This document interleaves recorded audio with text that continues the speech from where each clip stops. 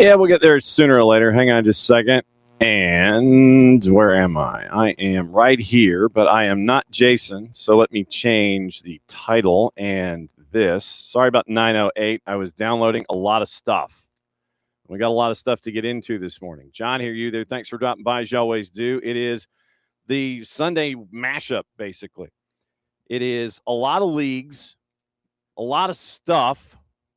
We got a lot of sound. We got highlights from a bunch of different places. So here is the show this morning. Once again, like I said, I apologize for 908 because I was downloading one last thing that I forgot to download. And honestly, it should have been two, but I had to kind of call it. So here is here's the rundown for today. We'll start, obviously, with the Final Four, now that we know it, in the cup that the world is chasing.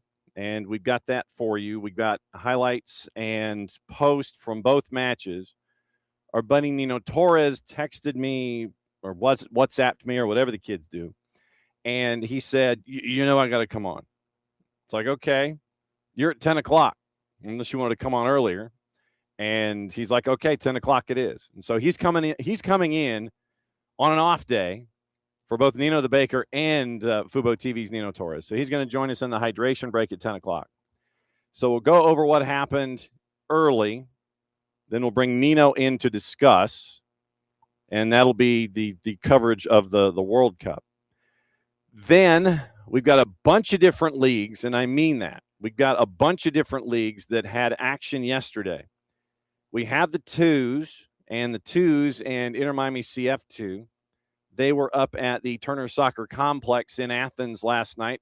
I was on the call for that with us for the SDH network. We've got highlights there, and we have posts from a bunch of different places. That's why it's going to be in hour number 2, because that's a lot to get into on a bunch of different fronts.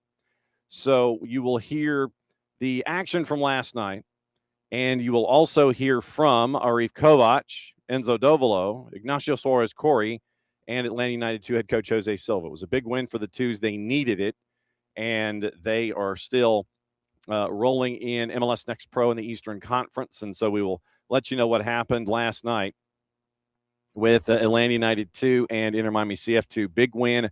They continue to climb the table, and they've got a lot of matches at home here in the tail end of the season, considering that they had 7 of 8 on the road early on when they were trying to get their schedule all oriented. So hour number 2 will be Nino and the Twos, which sounds like a group from the 80s. But anyway, Nino and the Twos will be in hour number 2. So after the World Cup in hour number 1, we've got to get into WPSL. They are in the regional. They're in the regional conference final stage. They're in the final 8, and it was. And I don't know if, and I guess the rundown is technically opening kickoff. Brought to us by our friends at Black Pitch Coffee and blackpitchcoffee.com. Starting your day with the most important stories in the game, the right way to start your morning. Black Pitch Coffee is part of the SDH community, showing up at events all over Atlanta. Try their home blend made with beans from Brazil and Guatemala, heavy-bodied, notes of walnut, semi-sweet chocolate, rich world-class finish. It is opening kickoff powered by Black Pitch Coffee and blackpitchcoffee.com. Maddie was at Woodstock High School in the northwest suburbs of Atlanta all day yesterday. And I mean all day, because it was 2 matches in the WPSL that were supposed to go down roughly at 1:15 and 4, I think. The first match took up 5.5 hours on the clock because of a handful, and I mean literally a handful of rain delays. So Maddie was there basically until 10 o'clock for the 2 matches that were there to determine who's playing this afternoon at 4 o'clock to determine who's heading to Kansas City for the Final Four in the WPSL for 2026. So we'll have highlights of the tail end of the 5.5-hour marathon that was match number 1, and we'll have highlights of match number 2, which went to PKs. So we'll get you into the WPSL here in hour number 1. Yesterday we had Maxi Vieira, the head coach at Asheville City SC, as they were in Burlington, Vermont, getting ready to take on Vermont Green in the USL-W Final Four. And we have the highlights of the end of that match. And Vermont Green gets the Duke, and so Vermont Green gets to travel to Salmon Bay. And Salmon Bay was another reason why we were up late last night. was because the Western final with Minnesota Aurora and Salmon Bay went to PKs. And it really went to PKs. So that game started at 10:30, probably ended about 1 Eastern time. So we'll have the tail end of that match.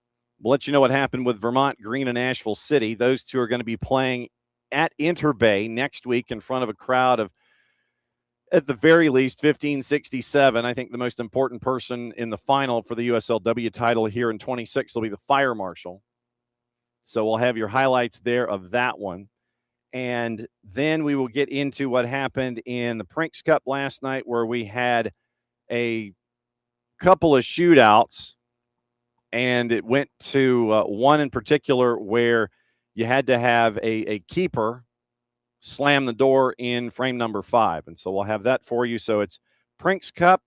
It is WPSL. It is NPSL. It is UPSL. It is NWSL.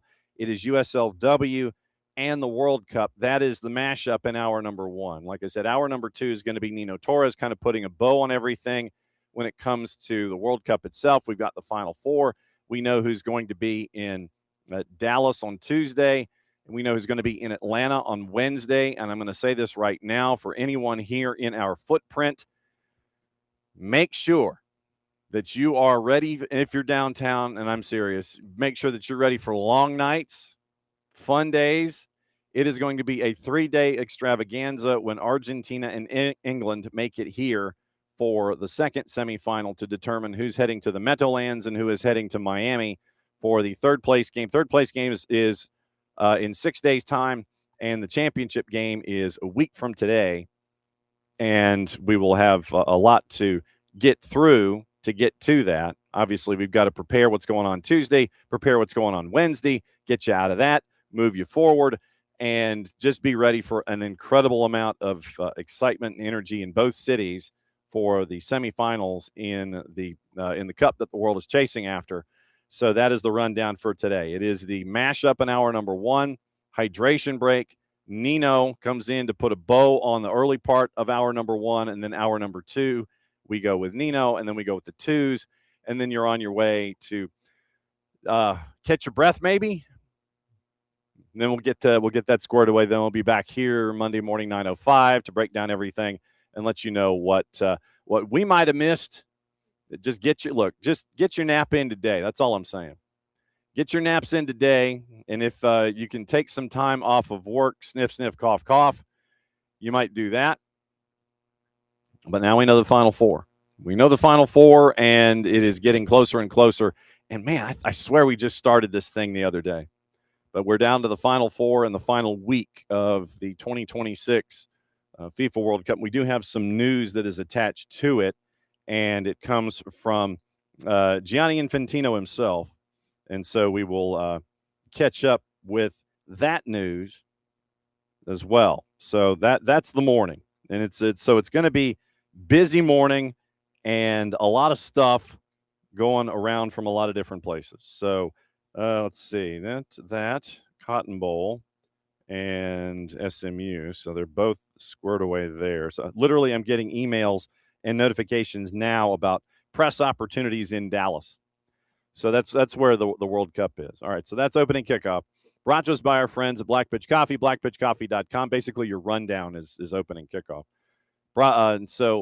Starting your day with the most important stories in the game, right way to start your morning. Black Pitch Coffee, part of the SDH community, showing up at events all over Atlanta.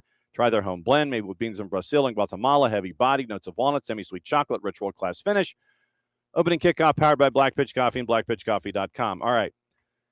Dayside yesterday in the World Cup, and there was a lot to get into. So it was at the Hard Rock, 120 minutes in the first one. And so starting off your marquee semifinal Saturday, it was England and Norway. England wins in extra time 2-1.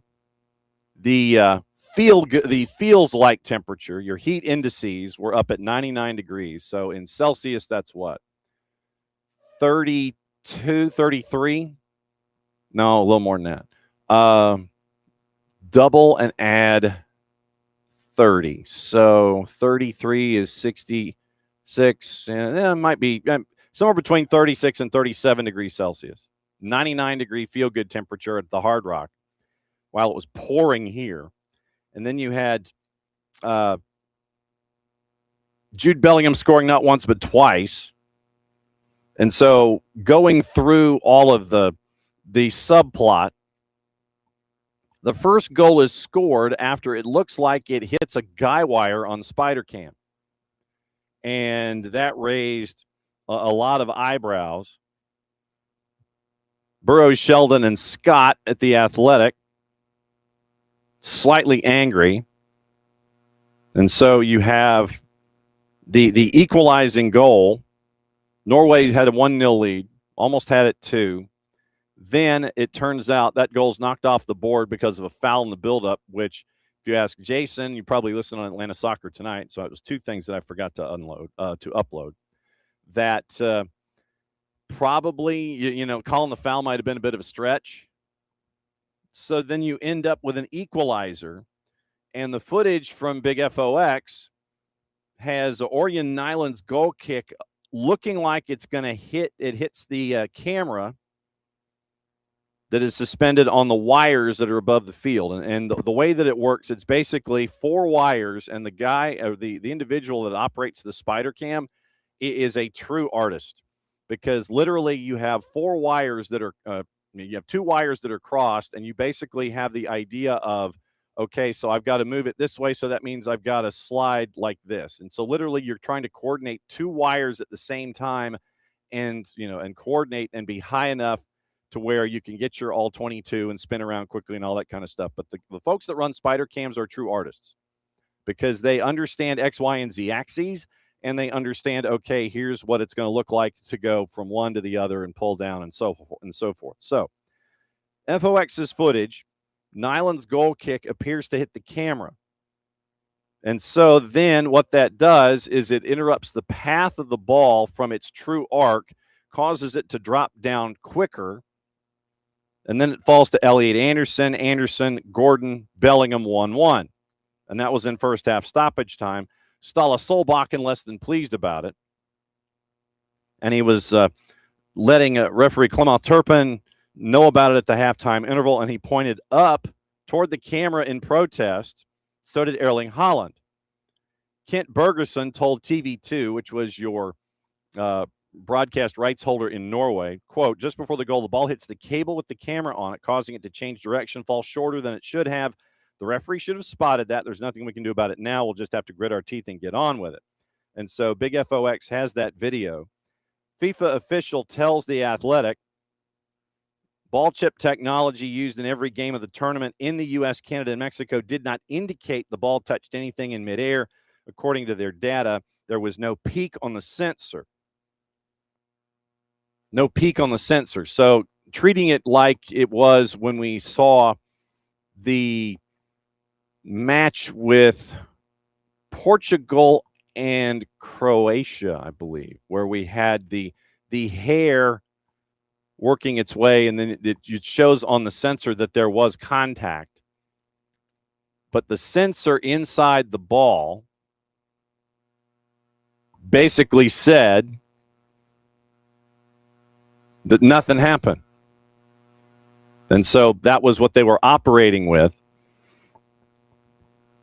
And so that's how the officiating crew was going. There was nothing that went off from a sensor, and that was where it all registered. So had the sensor, from the eyes of the officiating crew, had the sensor gone off, then they would have said, okay, there was contact, and then it falls down, and then you would have gone dead ball situation and probably dropped it from the point where it did fall down, and then it would have gone the other way.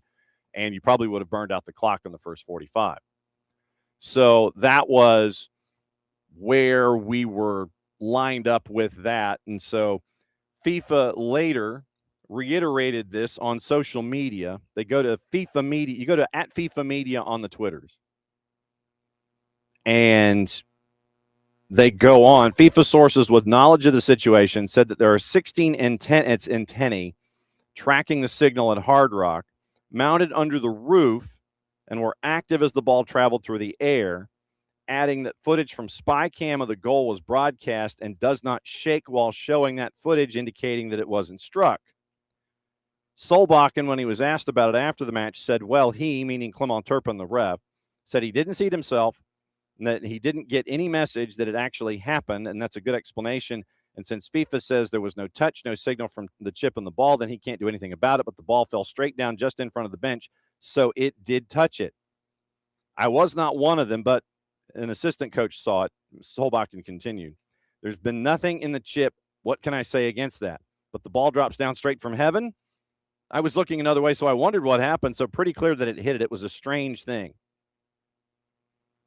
So Sheldon scores to give Norway the lead in the 36th. Bellingham equalizes at 1-1. That gets you through 90. And so you go from 90 there. Norway saw a goal ruled out for a Holland push, as I believe Elliot Anderson was already starting to fall down at the time of contact.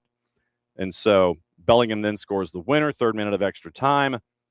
And the rules, once again, from our friends at The Athletic. Here's what our friends at FIFA have of the rule book as it is expressed. I have not had any caffeine yet. Outside interference section of IFAB laws indicate that, quote, if an other object, in quotation marks, enters the field of play during the match, referee must, A, stop play, restart, drop ball only if it interferes with play.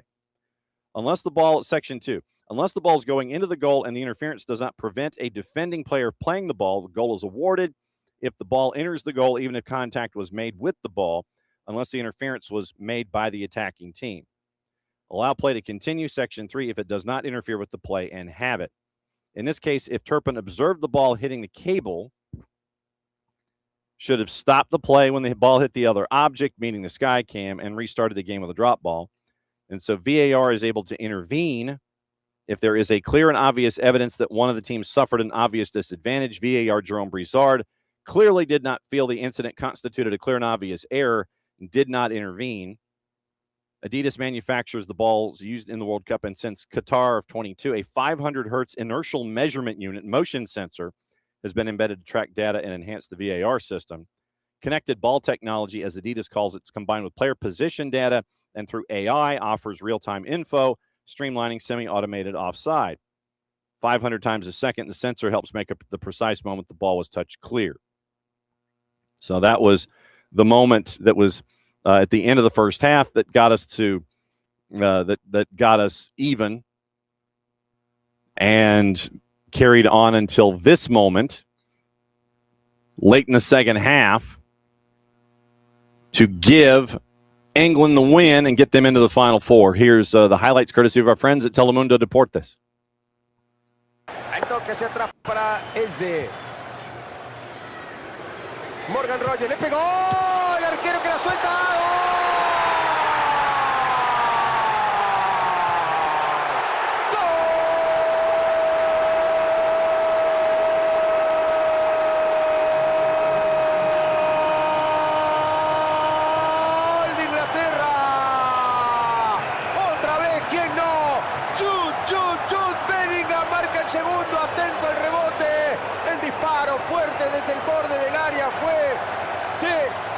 Rogers la soltó el arquero Nyland y Jude Bellingham marca el 2-1. Esto venía a ser una gran intervención Nyland ante aquel cabezazo de Kane y no logró despejar Noruega. Esa pelota quedó en posesiones de Inglaterra para que Rogers con libertad en la frontal del área saque un remate potentísimo y complicado. Ese lo encuentra el de Aston Villa y fíjate la libertad con la que logra rematar, pero la potencia con la que saca ese remate, un remate con un efecto. In that play, Orjan Nyland misplays a shot, coughs up the rebound. Jude Bellingham puts it in the back of the net, 2-1, and that would be your final as England moves on to the Final Four, and they come here to Atlanta on your Wednesday to take on the winner of match number 2. Argentina and Switzerland. Argentina gets the win 3-1. Get a goal in the 10th minute, and you end up thinking, okay, this one's going to be pretty easy. Argentina in control for the majority of the match through that point. First 60 minutes, first 45, they were cruising at points. It was 1-0 going into the second half.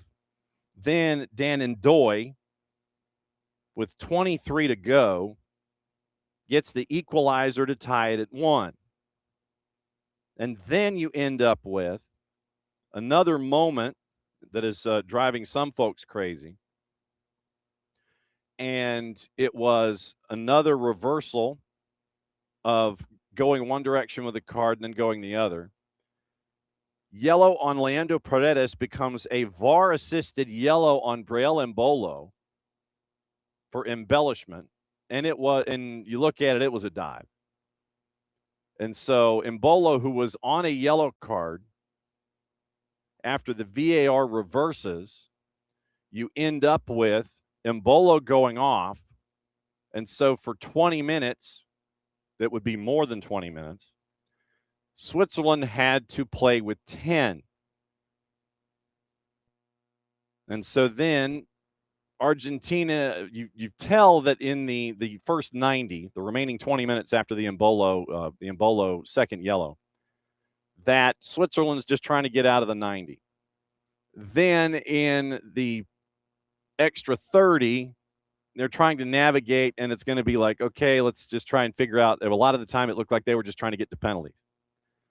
But then you get to the momentum, say, from minute 105 and beyond, and you end up with this moment. Julian Alvarez, and there are a couple of different descriptors that were given on this particular goal. And here was how it was called, and I'll let you know about the boss after we play the highlight, once again, courtesy of our friends at Telemundo Deportes. Para el flaco. Julián Álvarez. ¡Gol!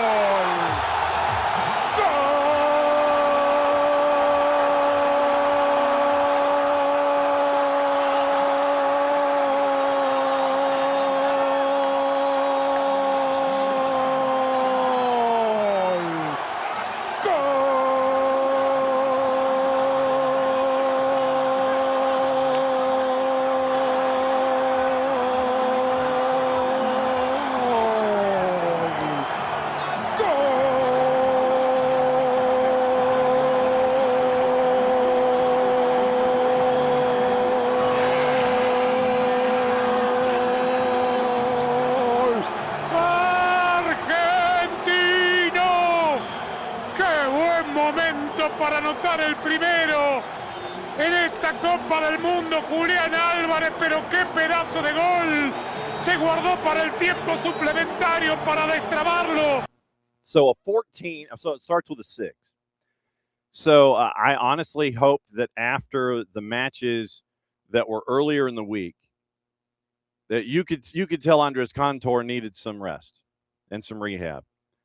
Hopefully he talked to no one between the last match he called, then going into Kansas City, calling the match last night.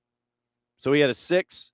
He had a 6-second hold, a 14-second hold, a 12-second hold, and an 11-second hold on the goal call for Julian Alvarez. And where Alvarez put that, you can either say that was where Mama hides the cookies or the chips, or as Jarrett found out, it's a spider killer, because it was in the upper corner. Alvarez scores to make it 2-1. Lautaro Martinez provides insurance, closing seconds in a transition opportunity. And it was basically a 3v2, and Thiago Almada tries to go down the middle. Keeper makes the save, pops up into the air, and then it was Lautaro Martinez with the rebound, getting it past the keeper and into the net. 3-1 your final. France and Spain at Jerry World on Tuesday. England and Argentina here in Atlanta on Wednesday. Thomas Tuchel, after the match, wasn't all that happy about it. But bottom line is, they move on, and they are going to be a part of the Final Four, if I could spell Tuchel. And here was what Thomas Tuchel said after the match. And, yeah, he's not happy. But, of course, you're happy you get the result, but you're happy but you're not happy, or you're not happy but you're happy. Here's Thomas Tuchel after the fact discussing how he is, in fact, happy but not happy. Absolutely. No one disputes that. I'm impressed with the shift that they put in, the effort, team spirit, the belief, the belief and to overcome adversity and to dig in and find ways to win is on the absolutely highest level. They cannot get enough praise for that. But I'm also a football coach, and I think we can play better. In general, I think it was not a high-level game. I think we had better games in general. We had a lot of momentum swings for both teams. So, yeah, full credit to the team. We found a way. We're in the last 4. This is, of course, the most important. But the analyzing head of me and the football coach in me still thinks that we can and have to play better football. Got work to do. No surprise. I mean, that is a football coach for you, especially in a tournament situation. So Thomas Tuchel knows he's got work to do. I would say especially on defense, considering how many different, I think he's had 27 different right backs in this particular tournament. Injuries, knocks, fouls, formations, all of that. Looking at Thomas Tuchel defensively, and I think that's obviously what Argentina is going to be looking at. And so you have Argentina, who's been giving up goals.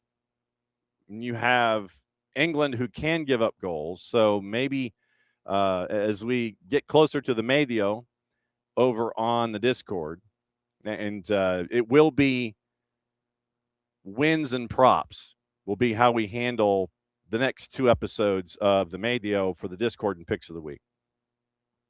I'll try and figure out what they look like. They'll be posted tomorrow. So you have defenses that have given their coaches agita playing in Atlanta. And then you have France and Spain, where a lot of folks might be sitting there saying, yeah, this is the final in Dallas. France, which is insanely talented. Spain, which is rewriting the books on offense. So you got 2 great offensive powers in Dallas.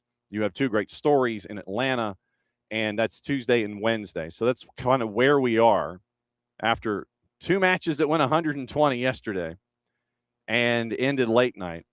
The Andres Cantor thing that I was going to let you in on. Obviously, I have, short of the occasional public appearance, not watched a whole lot of FOX.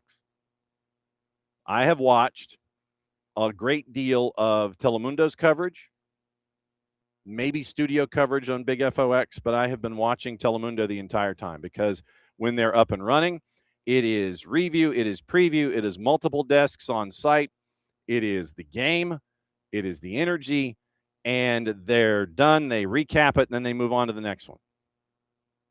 That's what they're all about.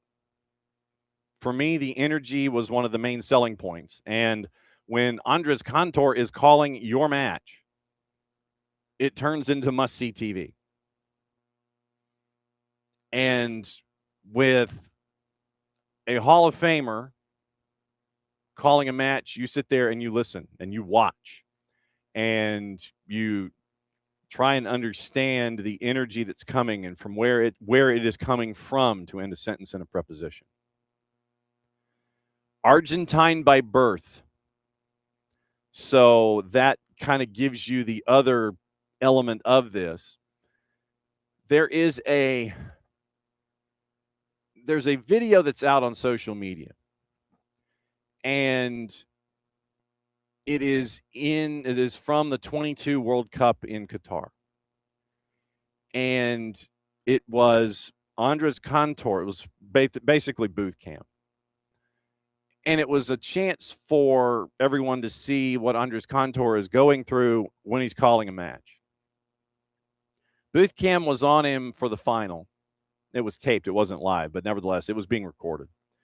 And so when he is calling his Argentina winning a championship, a world championship, as a play-by-play announcer, and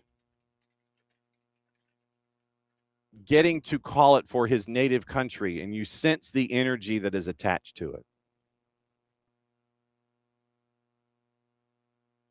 And so that was the third time in history, in 22.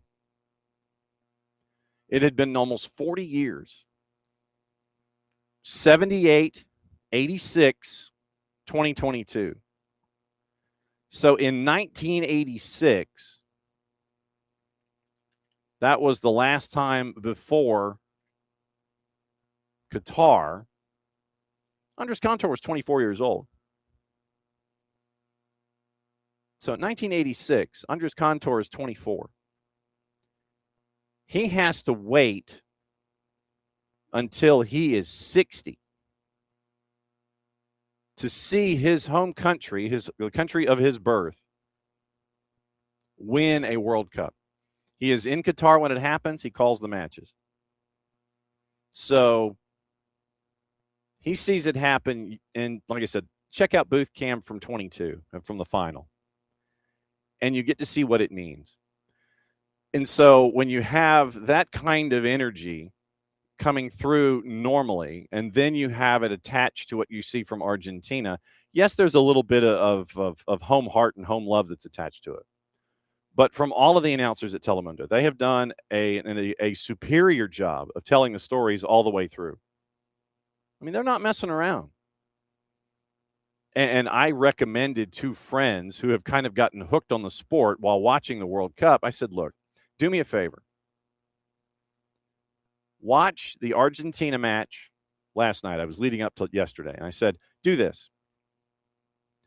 Watch the Argentina match off Telemundo. Do me that favor. You'll understand why I've been watching Telemundo pretty much the entire time. And so that's where that has come from. It has been an amazing product. It's been great distribution. You get to see what it means in a home country. And like I said, they're not messing around. They've done a fantastic job in studio with our friend Ramzi Sandoval. FDP Radio Football de Primera with our friend Sami Sadovnik. You listen to them. They have their matches on YouTube. I mean, it's in a studio space, but they have their matches on YouTube, and you can see how they're navigating it. And so that reminds me, when this show is done today, I need to download the FDP calls from the matches today, specifically the Argentina match.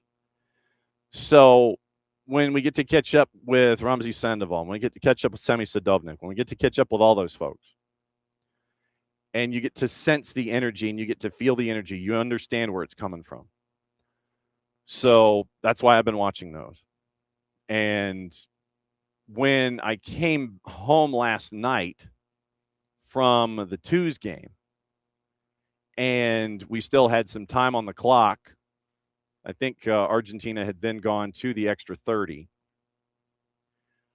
I explained to the boss, and the boss flipped it over to Big FOX. And I said, okay, can you do me a favor? And she likes to listen to English language programming. But she knows that when I'm here in the office, I'm watching Telemundo. And she'll tell everybody else that, yes, we have a lot of Telemundo going on in the office, and it's down low, and that's where it goes. So I said, Andres Cantor is calling the game for Telemundo. Can we switch it? And she did. And so it was a shared experience where the boss and I got to watch Andres Cantor in that match last night, especially navigating the final 30 minutes. And you sense the energy and the roller coaster that's all a part of it. And so that's why, like I said, for me, personal preference, I'm watching Telemundo for 95% of the time. Like I said, I may duck out and see studio space on Big FOX, but I've been Telemundo most of the time. If you have an opportunity, either go back and watch the matches from yesterday on Telemundo, or if you can catch them and you just want to have noise in the room, just go ahead and play a replay, and it exists. If you've got Peacock, you can go there. So that's my PSA. Watch the Telemundo experience. Listen to them, especially with these final 4 matches that are coming up, because remember, we do have a third place game. So semifinals, if you're not going, don't have tickets to either Jerry World or downtown, save a space for the Telemundo audio. Third place match in Miami, championship up at the Meadowlands a week from today. And so that's the PSA for broadcast for this time around. We know the Final Four, it's in Dallas, England, and Spain. We know in Atlanta, it's Argentina, England. Just be prepared. Southeastern United States, be prepared. Not like you haven't been, but it's going to be off the wall. It's going to be off your rocker coming up this week. Don't be surprised if folks tried to find flights from Kansas City and are already in the Southeast, getting everything ready for what's going on with the Final Four in the World Cup. So that's your World Cup. That's your World Cup coverage for today, and we're going to be obviously covering it all week long. We'll be at the MD-1s on Tuesday. Practices in the morning. I think Argentina's is at 10 o'clock, and then it's the press conferences, and then the match on Wednesday. While we're all watching what's happening in Dallas on Tuesday. All right, other leagues and all the chaos that's attached to it. We mentioned what goes on in, when you're north of 120 minutes, you go to shootouts. Prinks Cup in USL Championship, that was going on yesterday, and it would determine who would move on and get out of group and get into the knockouts. And so here was how one of those matches in particular ended, and it ended up with keeper on keeper. Here's how it ended with Brooklyn FC and Rhode Island FC, and it was an off-the-rails PK situation. Here are the last couple of frames, courtesy of our friends at USL Championship and USL Soccer themselves. Romeo denied. Koke says no way. What a save this is from Koke Vegas. Can he do so here and make it 4 of 4 for Rhode Island? No! Lucas Burns. Huge denial. He's it the whole way, Burns. Phenomenal save.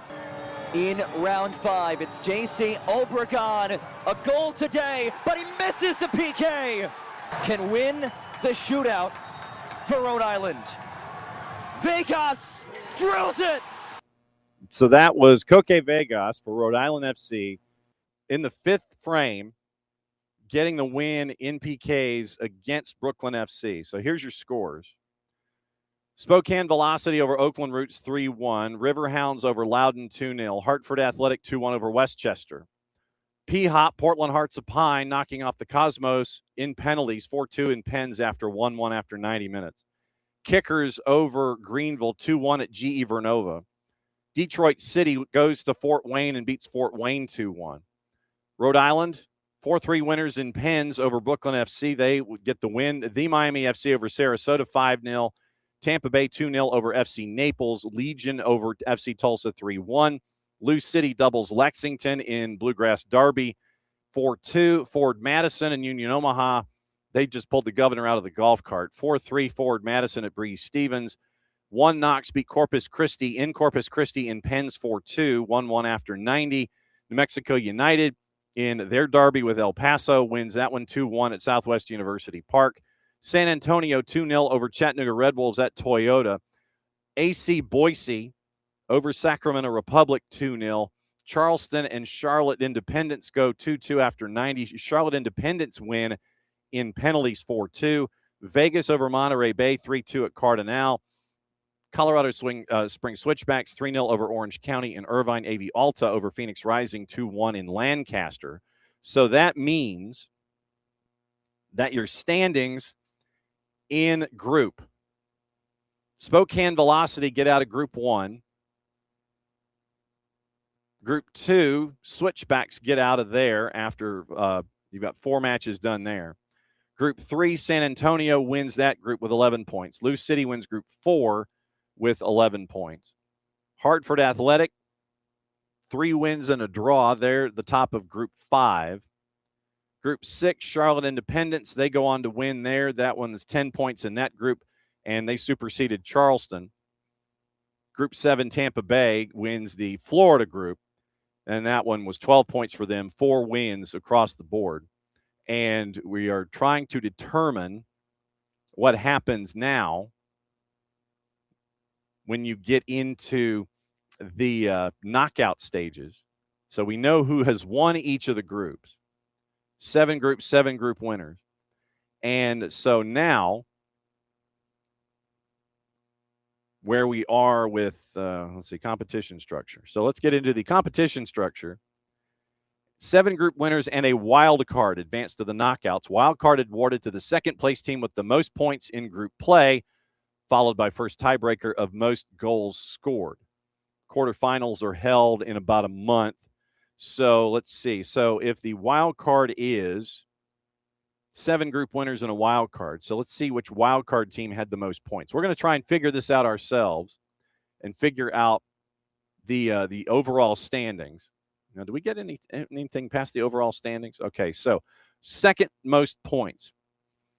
Charleston, the Miami FC,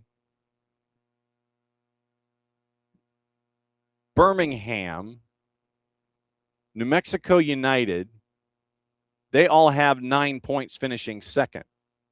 So New Mexico had 5 goals, as I sit here and scan quickly. And then the Miami FC also had 5 goals. So then it was goals in group play, head-to-head earned in group play, total wins in group play, goals against, goal differential, number of disciplinary points. So goals for head-to-head earned in group play. So it was not, 2 does not apply. Total wins in group play, I think, means it goes to the Miami FC. I think so. Well, let's see. Hang on. Okay, so New Mexico United had 3 wins. So New Mexico United and the Miami FC each had 3 wins. Goals against in group play. So we're down to tiebreaker number 4. The Miami FC had 6, New Mexico United. So at tiebreaker number 4, if I'm reading this correctly, the wild card goes to New Mexico United. So they would be the 8th team to go in. And then they would join the group winners in about a month to move you forward in Prinks Cup. So that is how that apparently is going to look for Prinks Cup. Your 7 winners of the groups: Spokane, Colorado Springs, San Antonio, Lou City, Hartford, Charlotte Independence, Tampa Bay, and I think the wild card, if we're doing our math right, is New Mexico United.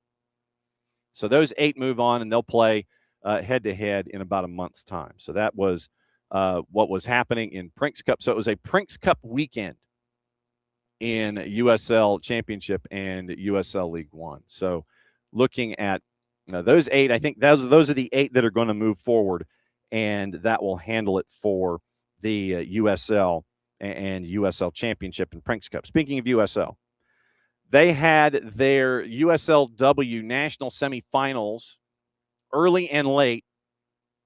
Once again, thanks to Maxie Vieira and everybody at Asheville City to orchestrate Coach coming in from a hotel room in Burlington, Vermont yesterday morning on the morning show.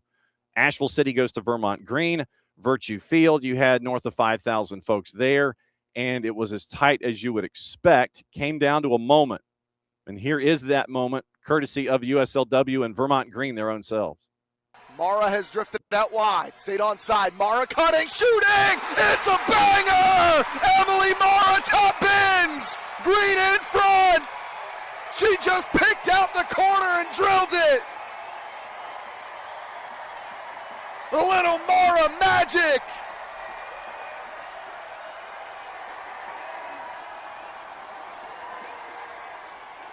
And this crowd is absolutely loving that strike. They got a first-class look.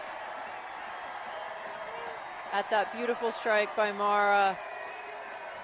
Just cutting inside, getting the defender to back up. Great prep touch.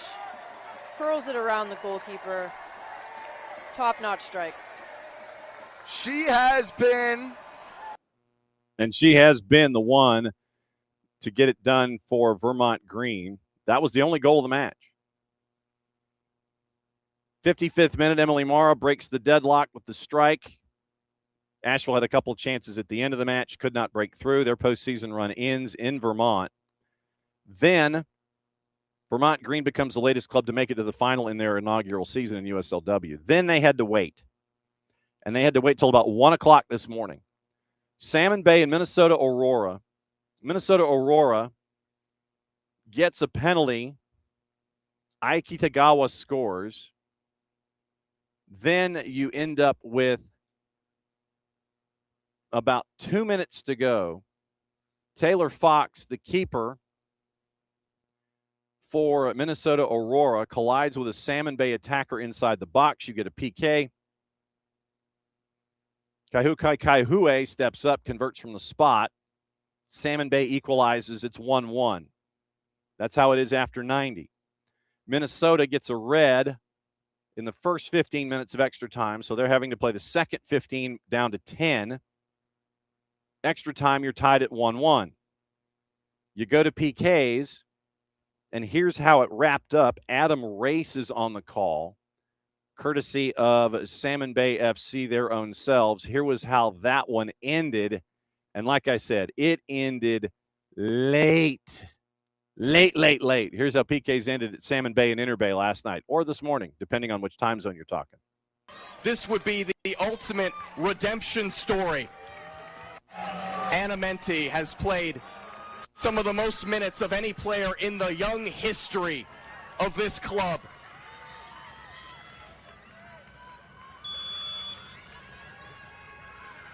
To keep Salmon Bay swimming.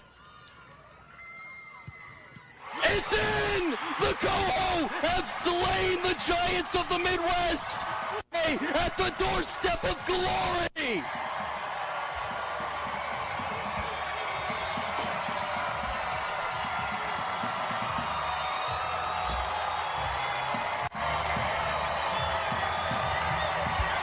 It's a night that these fans will never forget. And Adam is not wrong. Salmon Bay gets the win in PKs, so start your puns already. Adam got you started. You might have been watching on the stream. Salmon Bay swimming uphill or upstream. All of those puns, get them out of the way. Salmon Bay goes on to win in PKs, winning 3-2. If you've got some time, go back and watch Salmon Bay and Minnesota Aurora in PKs.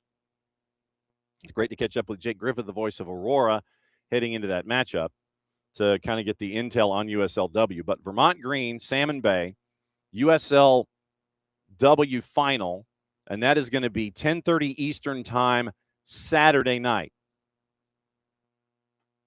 Saturday the 17th or Saturday the 18th? Saturday the 18th. 10:30 Eastern at Inner Bay in Seattle. So 1567 was the amount of folks that were in the door last time. I would anticipate it's going to be more than that. If there was a way to change a venue to maybe get into something 2,500, that might be something too. Just saying.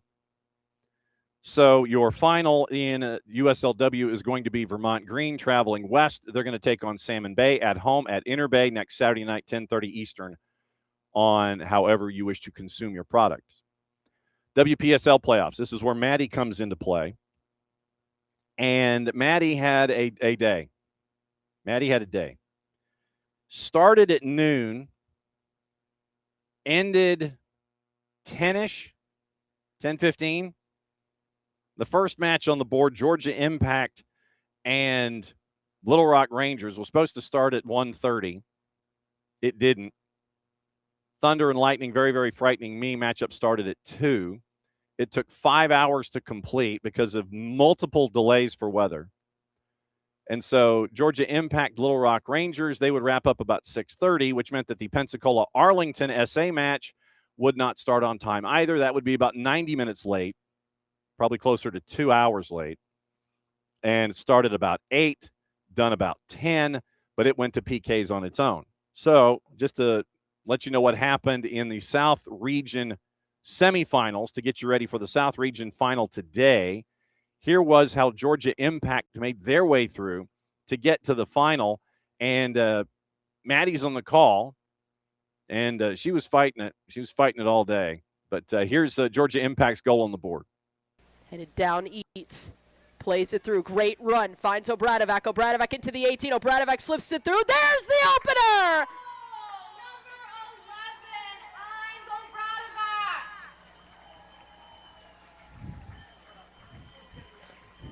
Able to play it over the top. Inez Obradovac drives into the 18 as 2 defenders on her. Doesn't matter. She's able to get the right foot, slots it home. And there was the goal that Georgia Impact needed to get the win over Little Rock Rangers. So they got to wait, even after waiting a lot. And then Pensacola and Arlington, they went for a while. They went to PKs. Here's the end of that one. And here's Maddie. Rainey Tolson steps up to the spot. You asked your keeper to make one save. Tolson slots it home as it bounces off and in. And just like that, Pensacola are heading to the South Region final. And your winner is Pensacola. Join us tomorrow at 4 An p.m. unbelievable matchup, an unbelievable day here at Woodstock High School. It ends with a penalty shootout and Pensacola heading to the South Region final to face Georgia Impact. And that's at 4 o'clock this afternoon, WPSL TV, WPSL.TV. And winner of Georgia Impact and Pensacola goes to Kansas City. Kansas City current practice facilities where they're going to have the Final Four. That is going to be next weekend. Winner of Georgia Impact and Pensacola gets the winner of New York Athletic Club and Penn Classics. That one is today in 3 hours. The East Region champ takes on the South Region champ. Then on the left-hand side of the bracket, Spokane Shadow over San Francisco Nighthawks. They're going to take on Cal Storm. That one is 10 o'clock tonight. And the winner of that one takes on the winner of Salvo SC and Kansas City Current 2. So Casey Current 2 has a chance to win a championship in their own barn if they can get past Salvo. That one is tonight at 8 o'clock. So it's 1 o'clock, 4 o'clock, 8 o'clock, and 10 o'clock to determine who goes to the WPSL championship. And that is going to be on July 18th and 19th. So Saturday, it's going to be 10 o'clock in the morning for the winner of Georgia Impact, Pensacola, NYAC, and Penn Classics. And then at 12:30 Eastern, Spokane Shadow Cal Storm winner takes on Salvo and Casey Current 2. So that's your WPSL championship. If you're not doing anything and you're up in the northwest suburbs of Atlanta, 4 o'clock this afternoon, weather permitting, Georgia Impact and Pensacola FC to determine who goes to Kansas City. And we will effort those coaches as well here this week on the show. So that is what the rundown is. All right, since we are north of 10 o'clock, that means one thing.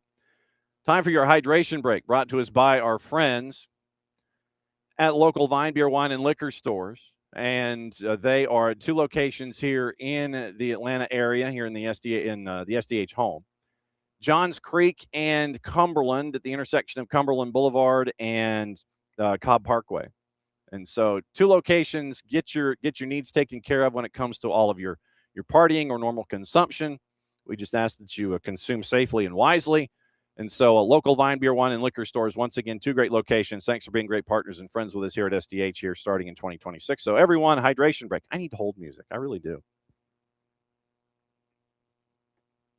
Really do need some music when we do that particular thing. So, yeah, we got to get some music for that. All right. So quickly before we await Nino Torres, and it is the normal time slot for Nino, and so I wondered where he was. I literally did. I was like, do we need hold music? Do I need hold music or do we need it? But no, we do not. We do not need hold music here to start off hour number 2 on a Sunday mashup. Yes, see now Nino's getting hydrated. So Nino's ready. He's getting hydrated. He's gassed up and ready to go. Yellow, yellow, yellow for a Sunday morning mashup, sir. How you doing? Yes, sir. Yes, sir. Yes, sir. Yellow, yellow, yellow. So here and a wonderful, glorious, epic, legendary Sunday. Everybody clap with me. La, la, la, la, la, la, la. God. La, la, la, la. Hey, youth. Oh, my God, man. Judy, baby. You know, it's very touchy. I don't, to be honest, I've been watching World Cups for like almost 50 years now, and I don't recall any World Cup with this connection with the fans. You know, there's always there's a fan base. So the Argentinians always, you know, the French ones, and but this connection that we're so privileged to live in this era, though, so we can get to get close to each other in this at this level. The connection, fan base, and teams, it is just insane on this World Cup, man. Insane. Oh, so where were you watching and partaking yesterday? Were you in the Casa de Nino? Were you out and about? Were you letting folks sample the Nino the Bakerness? What were you up to yesterday? I'm just so glad that you asked me that. I was gonna bring it in. I was like, how do I bring this thing? All right, he asked me for this. Okay, so I went to my girlfriend's house. Right, start. Yeah, you go. I went to my girlfriend's house because she invited me. And because honestly, she hasn't seen me a lot lately on this month, you know, because of the World Cup. I'm like, oh, why don't you come over here and watch the game here? I'm like, all right, okay. She's all right. She's not a soccer fan, right? Of course. But we were sitting there watching, and the game was about to start, and it's just like, I don't like Messi. Whoa. Crap. Why you don't like him? You know, because I heard all these stories that he's a prick and this and that, and the Argentina has everything all set up with Infantino. Like, wow.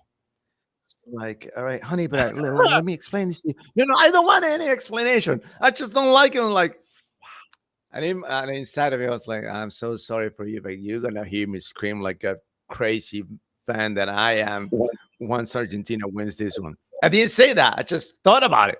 Of course, I thought about it. And there you go. I was screaming that goal from Julian like a crazy guy that I am. And she ended up, you know, just joining the party, you know, and hugging me and stuff. But she was against Argentina. I was like, no, how I can be a visitor? How I cannot be a visitor here? I mean, I love you. You love me. I can be a visitor here. Why you still put me in this away fan atmosphere for Leo Messi? And there you have it, brother. It was just great. It was. I mean, and I was telling the story in hour number one. I had Jason was late night on Atlanta radio, so I was doing the matchup for Atlanta United's second team on the network, and so I get home just in time for the end of regulation, and they're getting ready for the next 30. And so I'm listening to the match, and I'm driving home and everything. So I get home here in the office. I've been watching Telemundo almost the entire time, like 97% of the time I'm watching Telemundo. Nice. Just because, I mean, I get it, you know, the energy level, and I know what it means, and it's a greater sense of urgency and energy and all of that. And so Andres Cantor was on the call for the Argentina match last night. And so I get home, and boss wants to catch up. You know, she's like, "Hey, what's going on?" So I explained what's going on. I said, "Argentina's going to another 30," and so she takes the remote and she changes it to the American English language broadcast. And I'm like, "Okay." And I used my first timeout. I called a 30, and I said, "Andres Cantor's on the call on Telemundo," and she goes, "That," and then she goes, "Bang!" And she goes right, and she doesn't. You know, she's not locked into Spanish language broadcast as much as I am, but she's like, Andres Cantor, that's it. That's all you got to say. She's like, bang. And so we watched the final 30 that way. And I think she heard a noise out of me when Julian Alvarez scored I'm going to let you finish your hydration there. Yeah, she heard a noise out of me when Julian Alvarez scored the goal to make it 2-1. Literally, he scores, and I go, "Ooh!" Because, I mean, what you saw with the Swiss defense after Embolo got the red, the second yellow, which creates the red, and it was a dive. So, no, that was on him for doing something silly when you didn't need to. So you're down to 10, and it was a line of 5, it was a line of 3, and then you had one who was a chaser up top in the triangle. And so you saw them work to the left-hand side of their attack to draw the defenders over, and it creates just enough space to give Alvarez that angle right there on the elbow at the near side. And so he goes 2 strides away and then just strikes it from the edge, from just outside the 18, and it was perfect.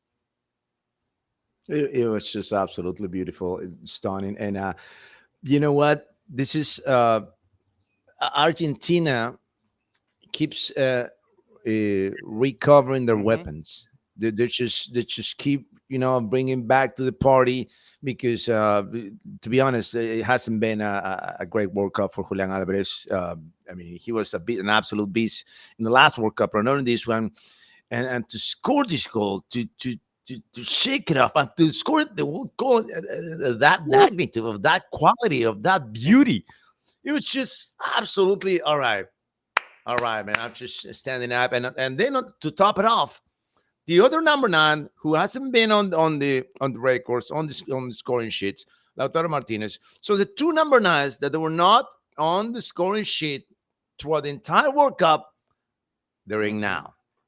Now for the Final Four. Are you kidding me? Are you kidding me? I mean, and it was probably the lowest performance of Lionel Messi on this match, on this cup.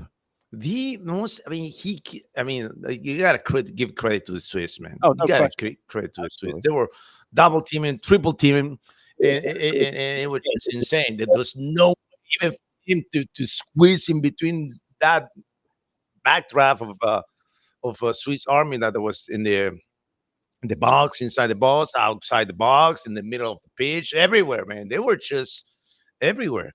And I got something for you guys. I got something special for you guys. It has to do with the back-to-back World Cup winners. That's something that hasn't been happening since 1962. All right. So quarterfinals, across 74 matches that they've been playing in the quarterfinals in the history of the World Cup. Talking about the entire, since 1930 to now. Only 3 times a quarterfinal match ended up in a 3-1. You know who were the previous 2? I think I know where you're going, but go ahead and hit me. 1938, Italy was the reigning champion, and they beat I think it was France or England. I forgot who was the rival, but they won 3-1 in that quarterfinal match. 1962, Brazil, the reigning champions, and the last time that a World Cup was won twice in a row by a single team, a single nation. It was in that year, and it was Brazil who got it done. And this one was against England. I forgot who was in the Italy game. It was France. June 12, 1938 in Cologne. They knocked off France to go to the semifinals. They beat Brazil and Marseille 2-1, and then they beat Hungary and Cologne 4-2 for the win. 3 wins in a week, but it started with that 3-1 win in the quarters over France in 1938. And the last time, it was last night. But the reigning champions beating Swiss 3-1 to advance into the semifinals. Oh, man. I'm just going to leave it like that, brother. I just you believe or don't. I believe. I choose to believe. Isn't that those coincidences are just really, oh my God, ridiculous. Yeah. Ridiculous. Yeah. That's destiny talking to you. That's destiny talking to you. And for all of you guys, anti-Messi. I don't know how many of you guys are here on this channel, on this show. The Probably entire not many. freaking world is watching. Are you kidding me? I know. I know. Sorry, guys, but yeah, it's gonna happen. It's gonna happen. Listen to you. So, you know, when you come in with stories like that, we got to go here. Now you know the rest of the story. Thank you, Paul Harvey. Thank you, Nino Damas, for that. I mean, that's yeah. Look, my bracket, I had Argentina winning, going back to back. Look, I've said this from the beginning. I want the fairy tale. I want the back to back. I want Messi at 39 go out on top as a champ. And I mean, I'll say this. If they beat England here in Atlanta on Wednesday, and then if they beat whomever on the other side of the bracket after those two teams beat the ish out of each other on Tuesday in Dallas, because you know, France and Spain are going to beat the ish out of each other. And I'll talk about the survivor of that one goes to the Meadowlands to take on the winner of Argentina and England. This is going to be something that Argentina has earned, because it has not been where, yeah, we're cruising through this entire thing. If you look at the last 3 matches, they have earned this overtime. They have earned this one. It hasn't been just 5-1, 6-1. Yeah, we're cruising and we're punching folks in the neck. You have had to come through and earn this each and every time. You survive Cabo Verde, which is a sentence I don't think anybody has ever said in their entire life. You survive Cabo Verde in Miami. Then you come to Atlanta, survive Egypt down 2-0 with 15 to go. And you come back and you win that one 3-2. Then last night, you had to survive 10-man Switzerland. Like I said, yes, you give them their flowers for defending the way that they did with 10, but you cannot stop what Julian Alvarez did. You can't stop that spider killer. You cannot stop where Nino hides the special sugar. You cannot. You can't stop that, and then obviously garbage time when you're chasing makes it 3-1. But this is one that they have earned on their way out the door. And you mentioned the matches, right? But let's focus on one thing here. No other team has scored 3 goals in 3 consecutive matches in this cup in the knockout stage. 3-3-3. 3-3-3. That's 3-3-3 going for the number 4. It's just, don't forget about that. And I gotta say this, Johnny. I'm this is gonna be the I think this semifinal is gonna be the most beautiful one. The one Argentina versus England. And with all due respect to France and Spain, sorry guys, but your history in the World Cups is not as great as your folks on the other side of the bracket. It's not as good. It's not as dramatic. It's not as epic. It's not as It's gonna be a massive game. It's gonna be a massive game between France and Spain. But the rivalry is not there. You know, I mean, of course they want to. Hey, yeah, you beat me 5-4 in the Nations League. Oh, I won the Euro over you. Yeah, okay. But here in their hearts, I'm not gonna say there's no fire. There's no such a thing for soccer players when you're going into a semifinal. But the motivation for England is way different than the motivation from France. The motivation for Argentina is way different than the one from Spain going against France. Is way different. And I mentioned this last time around, Johnny, about the chant, the anthem, the Argentina anthem, saying we win this one. Is the one because here is the one they stole for Diego. We're gonna win the last one for Leo. That thing right there, that line right there, it's just the Argentines, purest state of mind when it comes to soccer.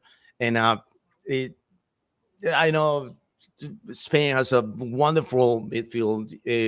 France has the most scary offense machine in the tournament. Still, if we gotta do a ranking right now in this Final Four, France number 1, England's number 2,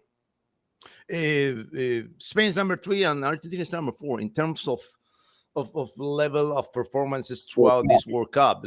Because even though I want Argentina to win, I got to recognize that the level of tactics, the level of efficiency, the level of fluidity that they put into the game is not the same. It's not the same level as Spain. It's not the same level as France, which, by the way, they are the team to beat. They are the scary soccer machine. That's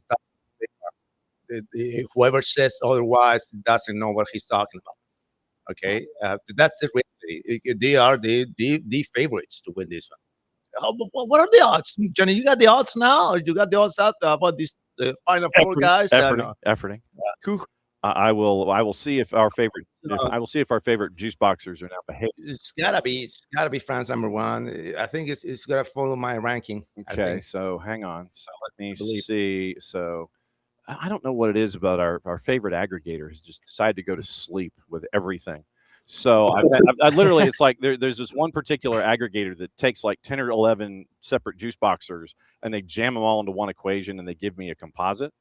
And so they've gone to sleep like the last couple of days. And it's like, I don't know what you people are doing.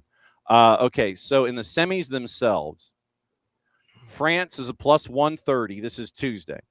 France is a plus 130 on Tuesday to beat Spain, plus 225 in 90 minutes. And Spain to win outright in 90 minutes is also a plus 225. England to win outright on Wednesday is a plus 155. 90-minute draw is a plus 200. Argentina is also a plus 200. So Argentina is an underdog taking on England. And Spain is an underdog taking on France. But Argentina is an underdog here. So to win it outright, France is a plus 150. Spain and England are actually the same at a plus 333. Argentina is 4th at a plus 400. So Nino Damas rankings matching up with the odds. So, but of course, those are the odds, and the odds are made to be beat. Yeah, they are meant to be beat in some circles, and then they are meant to make the house very happy in others. I mean, when you and your third topic here is Vive la France, and so you mentioned how completely and totally insane they are offensively with dictator Mbappe and just the firepower that they have. You got to make a decision in and around Mbappe, I think, to start. Do you sit there and try to bracket him? Do you try to close everything down? Or do you try to close everybody else down knowing that Mbappe is going to get his? I think that's probably the first question. He's going to go all in. Didier Deschamps is going to go all in. He's not going to hold any of his guns under the table. No. He's going to go all in because as who said this? It was Zlatan who said this. That how do you put Didier Deschamps? I think it was Titi Henry who said this. He's a serial winner. Didier Deschamps is a serial winner. And serial winners, they don't hold back. They don't hold. But he's gonna go all in against Spain, and they're gonna try to close this matchup in 90 minutes. That's the I think that's the mentality for the Champs and company to try to close it out in 90 minutes and get as much as recovery time that they can get before the finals. They don't want any overtimes, any penalties, anything like that. I think that's the way that France is gonna go. They're not gonna take any prisoners. They're just gonna flat out go out there and drop the tanks and drop all the machinery, all the armor. I mean, they just gonna go all in. But having said that, this is the team. If there is a team that can stop this machine, that's Spain. If there is a team in the planet right now that can stop this machine, that's Spain. No, because they're soccer smart. They're street smart and they're soccer smart.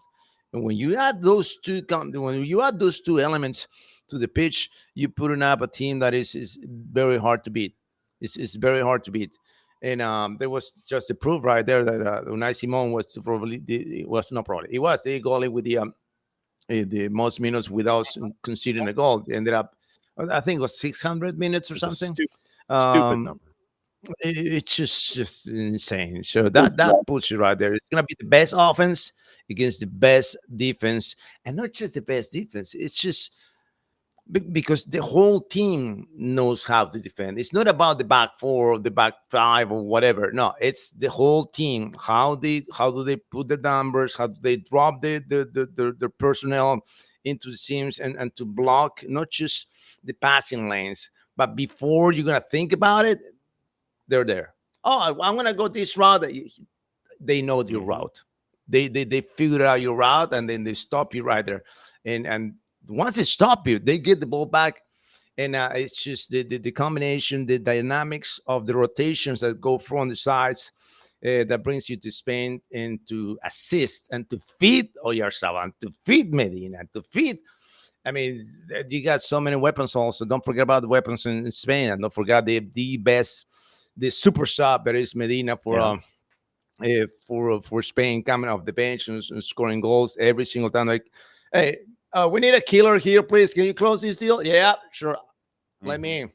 Well, and you're also seeing a player in Oyarzabal who has not been getting a lot of attention, because I think that he would be getting a lot more going into the tournament if he played at a bigger name in La Liga, but because because he's at Real Sociedad, it's like, oh yeah, Mikel Oyarzabal, yeah, whatever, okay, cool. But you've seen him again and again and again. I think after that first match where he had the clunker against against Cabo Verde in group, he has come on, and now everybody's like, oh, Mikel Oyarzabal, okay, yeah, so. Yeah, he can score. Yeah, so he can do that. Yeah, after that first match in group where he was a non-factor, he has turned into a pain in the you know what. And you mentioned the super sub in Mikel Merino. It's like literally in the 90+1 and then in the 88th. It's like, okay, so then that means the third time you're going to score in the 85th. You're scoring earlier and earlier each time to put a game out of reach, sir. Yeah, that's your Manu Ginobili right there. It's just your Manu Ginobili for San Antonio Spurs right there. That's what you got on Mikel Merino and Luis Lafuente. He knows a thing or two about being in Spain, about being in France. So it's gonna be. This is the thing, right? This is the difference between these two semifinals. This France-Spain is going to be the most beautiful to watch from the tactical standpoint. From the tactical standpoint and from the performance standpoint. The other game between Argentina and England is just going to be about, everybody's going to be ended up crying in that game. Even the English fan base or the Argentinian fan base on the entire world is going to end up crying. With or without you.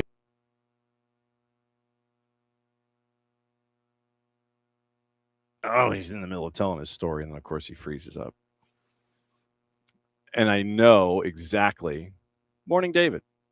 I think he got a phone call, or his battery died, or something. So I'm going to do the magic here, and we'll do this. So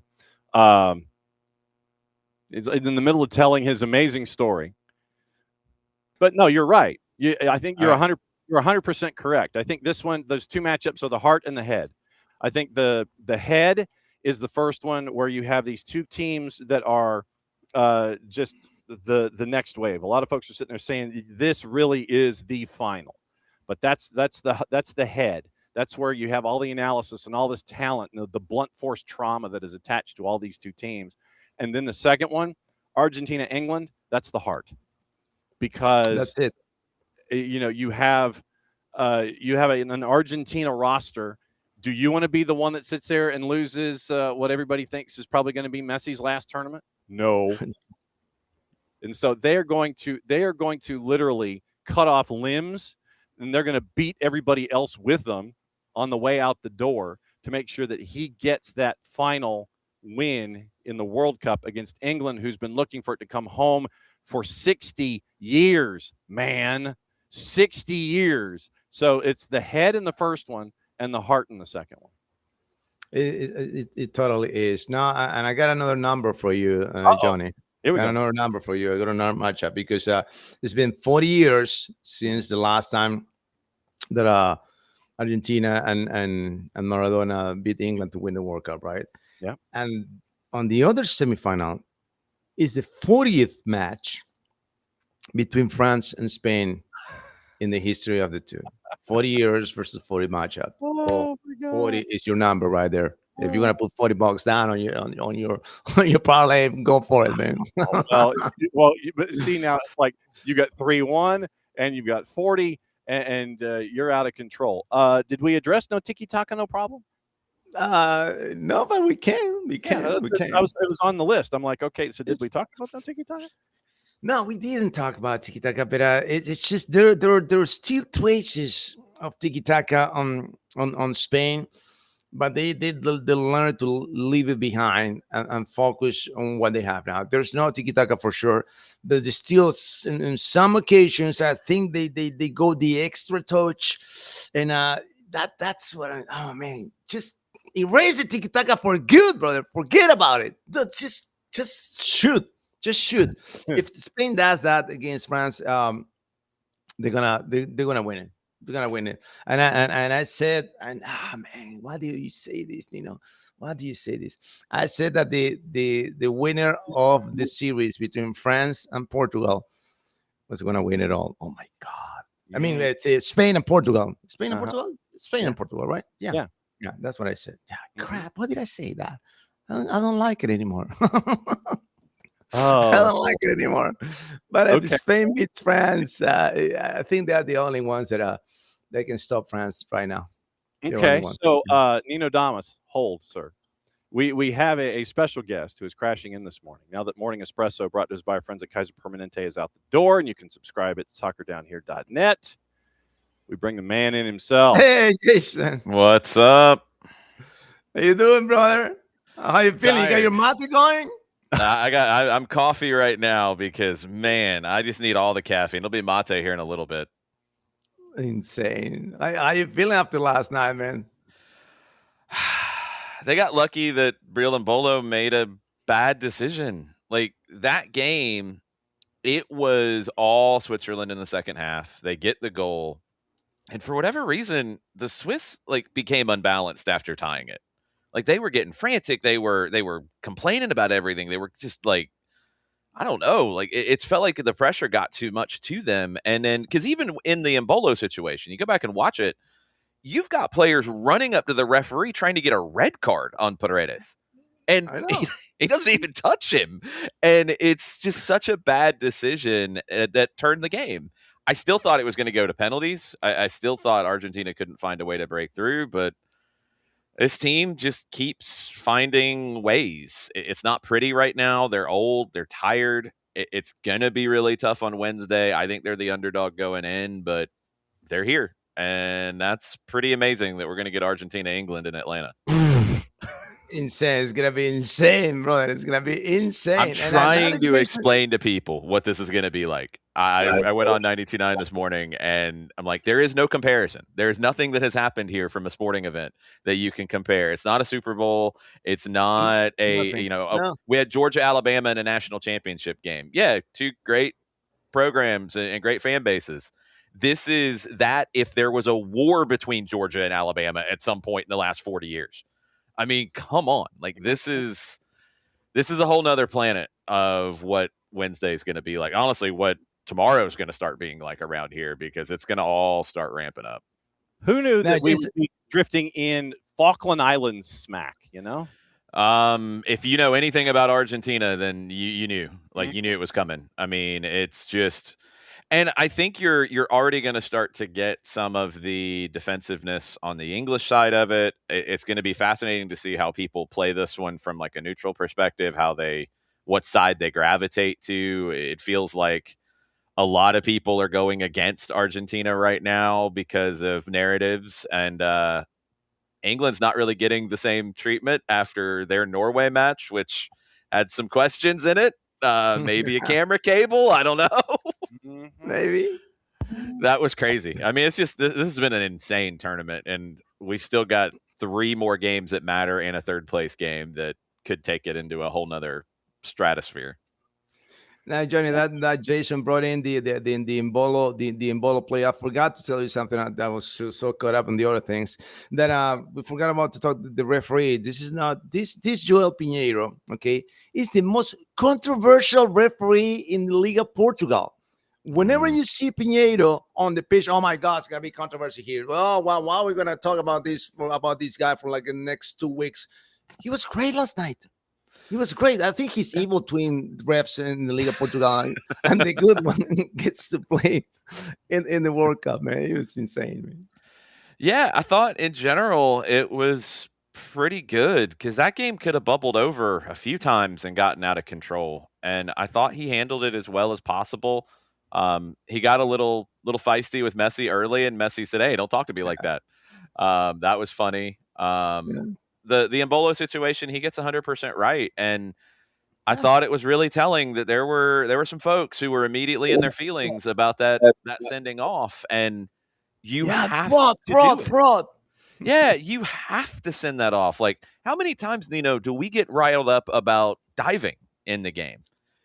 They need to throw more yellows for diving. Absolutely, and I was explaining the rule to my many chats that they were on fire last night. And that's the Argentina roaming the game again. No, guys, no, that's there's the no VAR for yellow. Yes, there is. In this particular situation, when the diver tries to get the yellow card for the opponent, which is what happened, that's when the VAR comes in. Hey, no, guys, don't show the yellow to him. It's gonna be a different story. It's gonna be otherwise. And ended up being the second yellow for Embolo. So I'm sorry, Embolo. No fraud, no robbing, just flat out 2026 refereeing rules. That's what it is. 100%. Oh man, Nino actually broke out some numbers. Nino Damas went numerologist on us here. Okay. Nino, give Jason the numbers that you broke down that you brought to the table when it comes to the heart and the head here. Jason, so they did it in 74 matches in quarterfinals in the history of the World Cup. Only two times prior to this 3-1, that result happened. When Really? was it? Yeah. You didn't know this one? No, I just didn't know. You got me on this one. All right. And when that happened? It happened in 1938, Italy, the reigning champions, ousting France 3-1. The next one, 1962, Brazil, reigning champions, ousting England 3-1. And last night, only 3 times in history that this happened. And what happened in those other 2? Those teams went on and won the title. Mm-hmm. Yes, sir. Thank you. And I know the Argentines love their superstition. Yes. Isn't that crazy? Yes. Talking to Johnny, man. This is just destiny. This is what it is. Well, then, man, Destiny's going to have to find a hyperbaric chamber for this entire team right now to recover because they looked tired last night.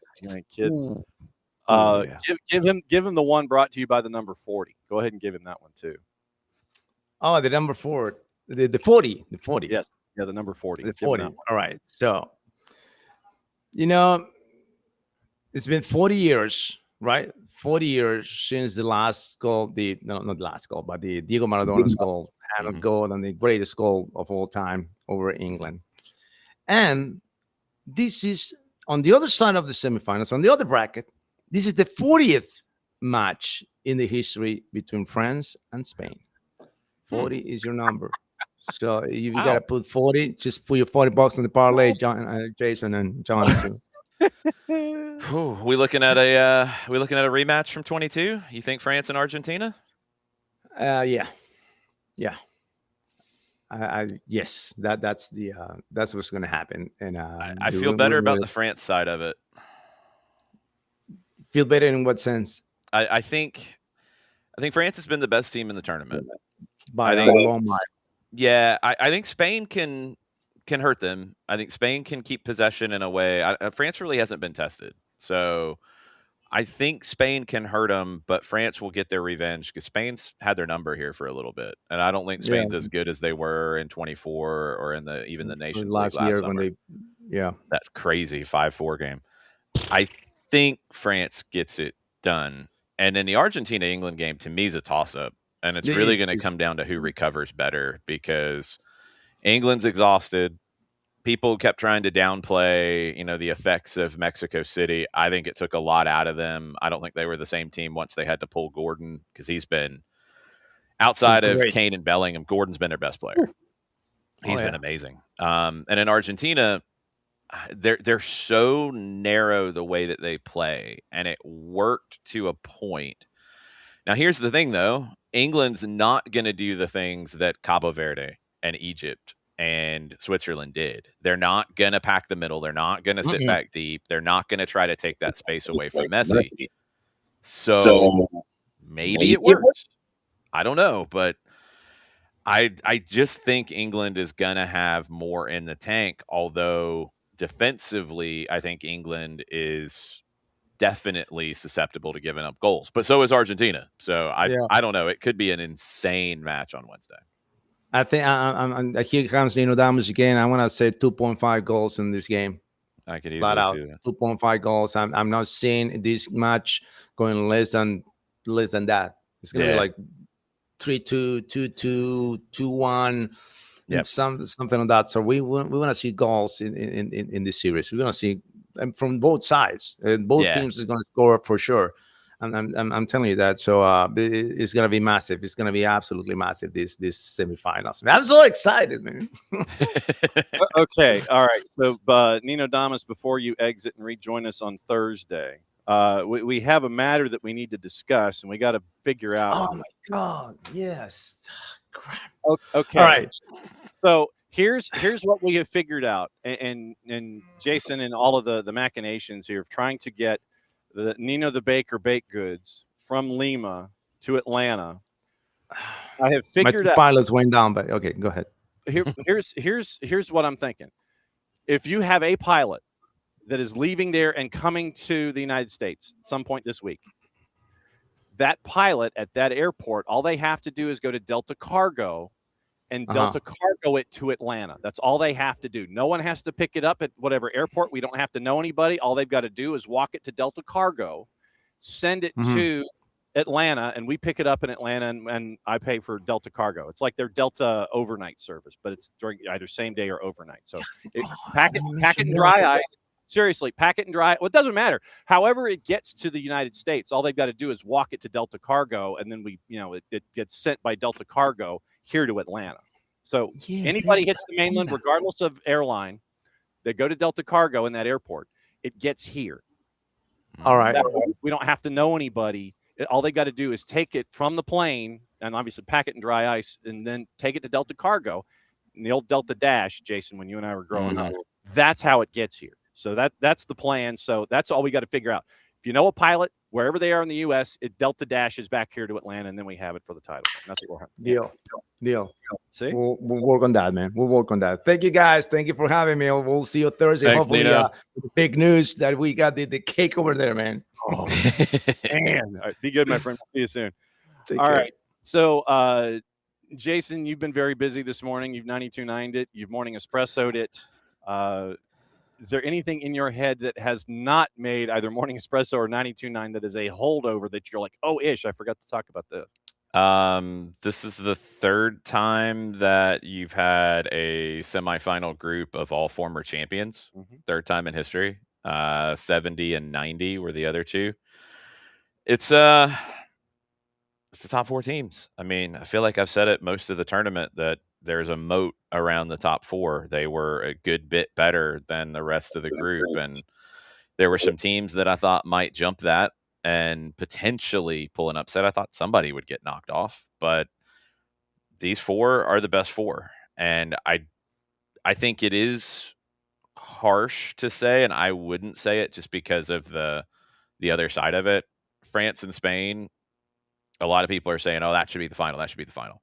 How many times do we see this happen where one side gets built up so much, the team that wins that, everybody just expects them to go on and win the final, and then the other one actually does. Yep. There's storylines galore. France is your best team coming into this stage. Spain has been your best defensive team, and they've shown resolve with these late goals from Mikel Merino. Argentina and England have both shown a ton of resolve, and you have a historic meeting in Atlanta between those two. Messi's never played England. That's crazy. They haven't played in anything since 2005.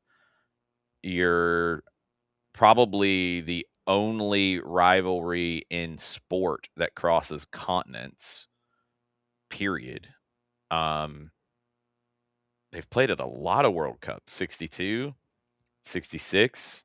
Ratin, the former Argentine captain who passed away yesterday, he was sent off, and that's what kind of started a lot of this with Argentina and England, because there's a lot of history between England bringing and helping to grow the game in Argentina, as they did in Brazil, as they did in some other South American countries. But that 1966 game is what really kicked it up a notch, and that kind of started a lot of friction between the club sides from South America and from Europe, and especially from Great Britain, because after Ratin was sent off, and there's, it's 1966, there's differing stories about it. He's sent off. He said he wanted a translator to speak to the German referee. The German reportedly, this was before cards, really. The send-off is a big reason why we have cards. But reportedly, the referee didn't like the way that Ratin looked at him, so he sends him off, and he didn't want to leave. And there was things in the media being said by the English coach at the time who went on to win the World Cup that the Argentines were animals. That was the phrase that was used. That didn't go over very well. And then at that point, you're talking 20, not quite 20 years, about 16 years before the Falklands conflict. And I don't think a lot of people here maybe understand how that plays into this. And you have to then go to 86, because that was 4 years after. The Falklands conflict actually had a big hand in Argentina's poor performance in 82, because Argentina was under a dictatorship from 78 into the early 80s. And the players from Argentina thought that, oh, all's well. The war is going well. And then they get to Spain and they find out, yeah, it's absolutely not going well.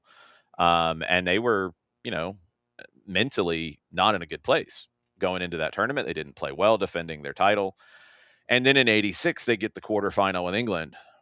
And I mean, there's so much lore around that. And, Maradona has said after many times where he's asked about all these things, he said that he kind of preferred the first goal to the second goal, because it was like, I think he said, stealing a wallet from a thief in punching the ball in. I mean, it's a handball, and this has been the pre-VAR days, and he got away with it. And then he scored one of the greatest goals you'll ever see. But it's a 2-1 win for Argentina. And then it's all about revenge after that. The 98 game is so fascinating to me because of where the storylines went. And I just watched the Beckham documentary on Netflix not that long ago. That 98 game, first off, Michael Owen scores one of the greatest goals you'll ever see to give England the lead, or I think to level it at that point. I mean, it's back and forth. It was a crazy start to that game. And then you get the incident with Diego Simeone and David Beckham, and Simeone clatters into Beckham. He's on the ground, and Simeone kind of like grabs his hair and messes with him a little bit. And Beckham lightly flicks his leg up. It shouldn't have been a red card. It's a horrible red card to give in that moment. But the English media, instead of going there, which they should have, they absolutely should have. It was a terrible red card to give. And I don't know why the English media didn't go after the red card or go after Simeone. They went after Beckham. And they were, I mean, beyond horrible to David Beckham. It was, I mean, borderline criminal in some of the character assassination that people did to David Beckham after that, when what he did on the field was nothing. Mm-hmm. Well, Argentina took advantage. They get the win in that game, and then it created the 2002 game where our friend Mauricio Pochettino is late on a tackle, gives a penalty to England, and Beckham converts the penalty, and England won 1-0. That's the last time they played in a World Cup. But all of that's four different games and a war involved in these two countries. And any one of those games would create storylines for this. All of that wrapped into one, and two very passionate fan bases and two fan bases that don't like one another because of all of these different things. There's a lot coming our way this week. And a lot of people need to know that and be very understanding of what we're about to deal with. Do not compare it to a college football match. Do not compare it to a Super Bowl or anything else that the city's had. For a one-off event in sports, this is the biggest thing that Atlanta has ever hosted up to this point because of all of the things going into it. And it is going to be insane. Not that it already isn't in some manners, ways, shapes, and forms, but it's already nuts. It's going to be when everybody starts to get here. Yeah. And that's where things will start to change, and it will have a completely different feel. We've been really lucky in this tournament with very limited issues with fans, and it's been generally a gigantic celebration. And this will not feel that way in general because of the history between these two countries, between, I think, what has been some pretty shameless work in different sections of the media of trying to gin up controversy in how Argentina's gotten here. And I don't know if it's really going to continue with England in the game against Norway. There wasn't the same level of controversy being propped up, even with the supposed cable situation and the goal. It's going to get very interesting, and people are going to get in their feelings about it, and people aren't going to want to hear anything from the other side of it.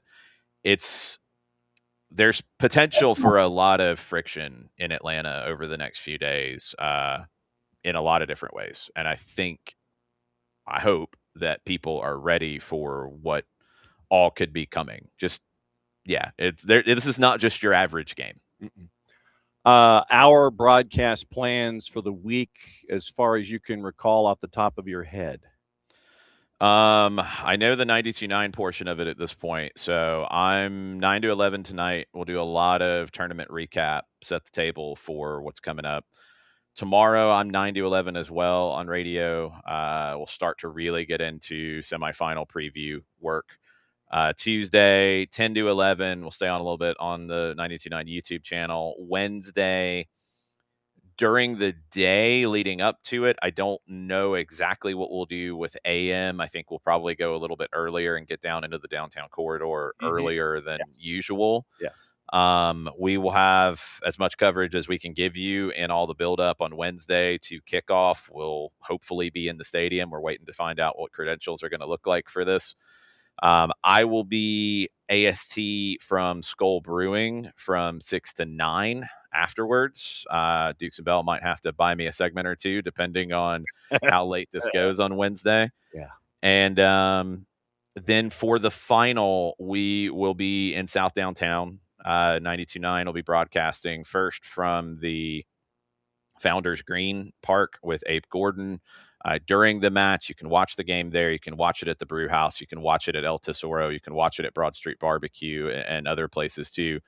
And then we will have AST from 6 till whenever after the final from the Brew House. So that's what I know at this point. We're waiting to see when press conferences get booked. We know England's in the afternoon right now on Tuesday.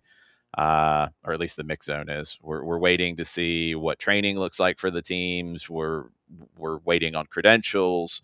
It's going to be something we've never seen before. And just to reiterate, because we get new listeners all the time, yes, I'm an Argentina fan. Yes, that's why I do what I do. I fell in love with the game because of Argentina. I didn't pick them because of Messi. I picked them because I saw Diego Maradona be brilliant when I was a kid. And yes, I am absolutely an Argentina fan, and I will be losing my mind going into this game because it is the biggest game that I'll ever have a chance to see. It's crazy. But we're going to talk about this from a million different angles coming into this. And I think it's something that we've always tried to do is give you the context, give you the background, give you the understanding of everything going on, and not hide that we're human beings who have our own feelings and emotions and all of that as well. And that's what this next week is going to be like. That's at least for the next few days until we know who the final is. And then that will ramp it up again if you get whatever combination you get. I mean, if it's France-Argentina, it's a rematch of the last final. The storylines write themselves. If it's Spain and Argentina, that's a game that hasn't really been played very much. And there's a decent bit of, again, history between Spain and Argentina, and it's not always pretty. So that's a fascinating one if that happens. If it's France and England, duh. All the storyline. And here's the thing that I think, and I get it. I understand. The United States were very Eurocentric. I totally understand that.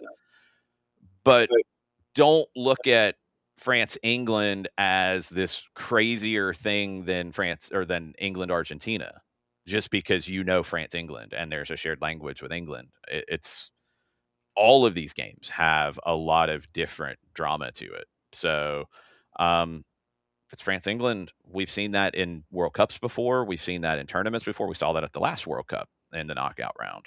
If it's Spain-England, that's a rematch of the Euro final. That just happened a couple of years ago. So, the Spain-France game, that's a rematch of the semifinal from the Euros. That's a rematch of the Nations League from last year that was one of the craziest games that we've ever seen that finished 5-4. So, all of these games have a million different storylines. There are stars everywhere.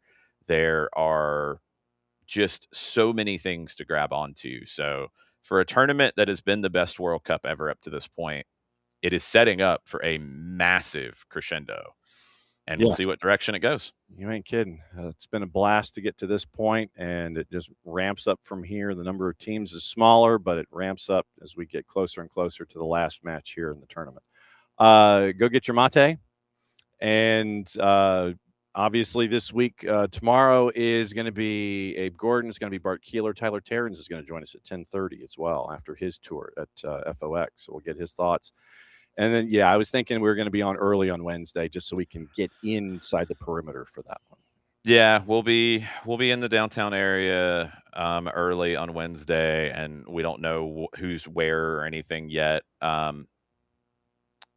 Because I would imagine that England will be potentially south downtown, but Argentina did stuff with the underground last time, so I don't know if they go back there, if they try to separate them.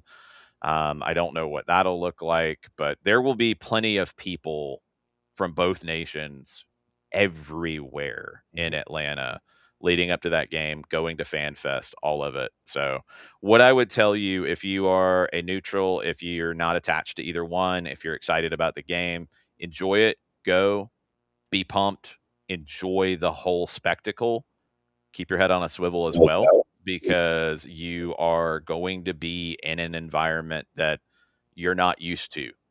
Don't go in naive about it. Make sure you know what's going on around you, and make sure you know when things start to bubble up, depending on how the game goes, depending on how much alcohol people have had. There's a lot of different elements to it. So, enjoy it, but this is going to be a whole different environment, a whole different atmosphere than we typically see and we've seen in this tournament. So be ready for that and go in understanding that. Yep. And we will do our best to reiterate that all week long. As always, my friend, great to see you. And great to see you virtually. And I know that we're going to be breaking bread and catching up in person here pretty soon. So catch up with you soon. You can crash anytime in between all the other 98,000 things that you have going on this week. Yep. Adios. All right. Be good. There goes Jason. And Jason is now at the door. He's going to get his mate and get everything prepped. If you are not a subscriber to Morning Espresso presented by our friends at Kaiser Permanente, once again, go to soccerdownhere.net and you go into the read section. There's a box. It's our morning newsletter. It's Jason's newspaper to the sport. And it is right there. Hit your email address in there. And then that way you can be a part of our daily information sessions, however we are doing them. And so it's very, very cool to give that to you every single day. And we will effort to do our best all week long, because it's going to be a short runway, but there's going to be a lot going on. So we'll catch up with everybody every single day. And we know that the hours are going to be long, but it's definitely going to be worth it. So that's the rundown with that. We still have a couple of leagues that we haven't touched yet, and it includes MLS NEXT Pro with Atlanta United 2 and post game. So we're going long this morning. You have NWSL last night, and from what went down in NWSL, Lacey Santos, Trinity Rodman, 2-0 win for Spirit over Courage, their third straight win, 6th clean sheet of the year with Sandy MacGyver. Santos gets a cross in the 37th. Rodman gets the lead first half stoppage time from Tara Rudd, and video review wipes off a goal from Ashley Sanchez. Courage 4-match win streak ends at home in Cary. Angel City gets a win in the SoCal Classico with San Diego Wave 2-0 at the Murph Dragon. Mayara Niehaus scores for her 4th straight match. Luisa Agudelo couldn't get the loose ball in. Ari Borges gets a second off a long throw from Svendis Jonsdottir. San Diego shutout streak, which had stretched to 242, ends in the process. And it was almost 2-1, but a Leah Godfrey late penalty hit the post. MLS DC adding some attacking punch, getting Nathan Ordaz from LAFC. Homegrown had 9+4 the last 2 seasons in north of 2,100 minutes. Orlando City is reportedly pushing to bring in Girona left back Alex Moreno. Nothing close to final. 33-year-old spent time in the Premier League with Villa and Forest, also drawing interest from Real Betis and Rayo Vallecano. Remember, tonight, Atlanta Soccer Tonight with Jason, 9 to 11, 92.9 The Game in the Odyssey app, and then a YouTube channel. In addition, the three-dimensional experience continues there as well. He's going to go over the World Cup, biggest week of the summer coming up, and reminders across the board. So that was your NWSL update. NPSL has playoffs that were going on yesterday and today.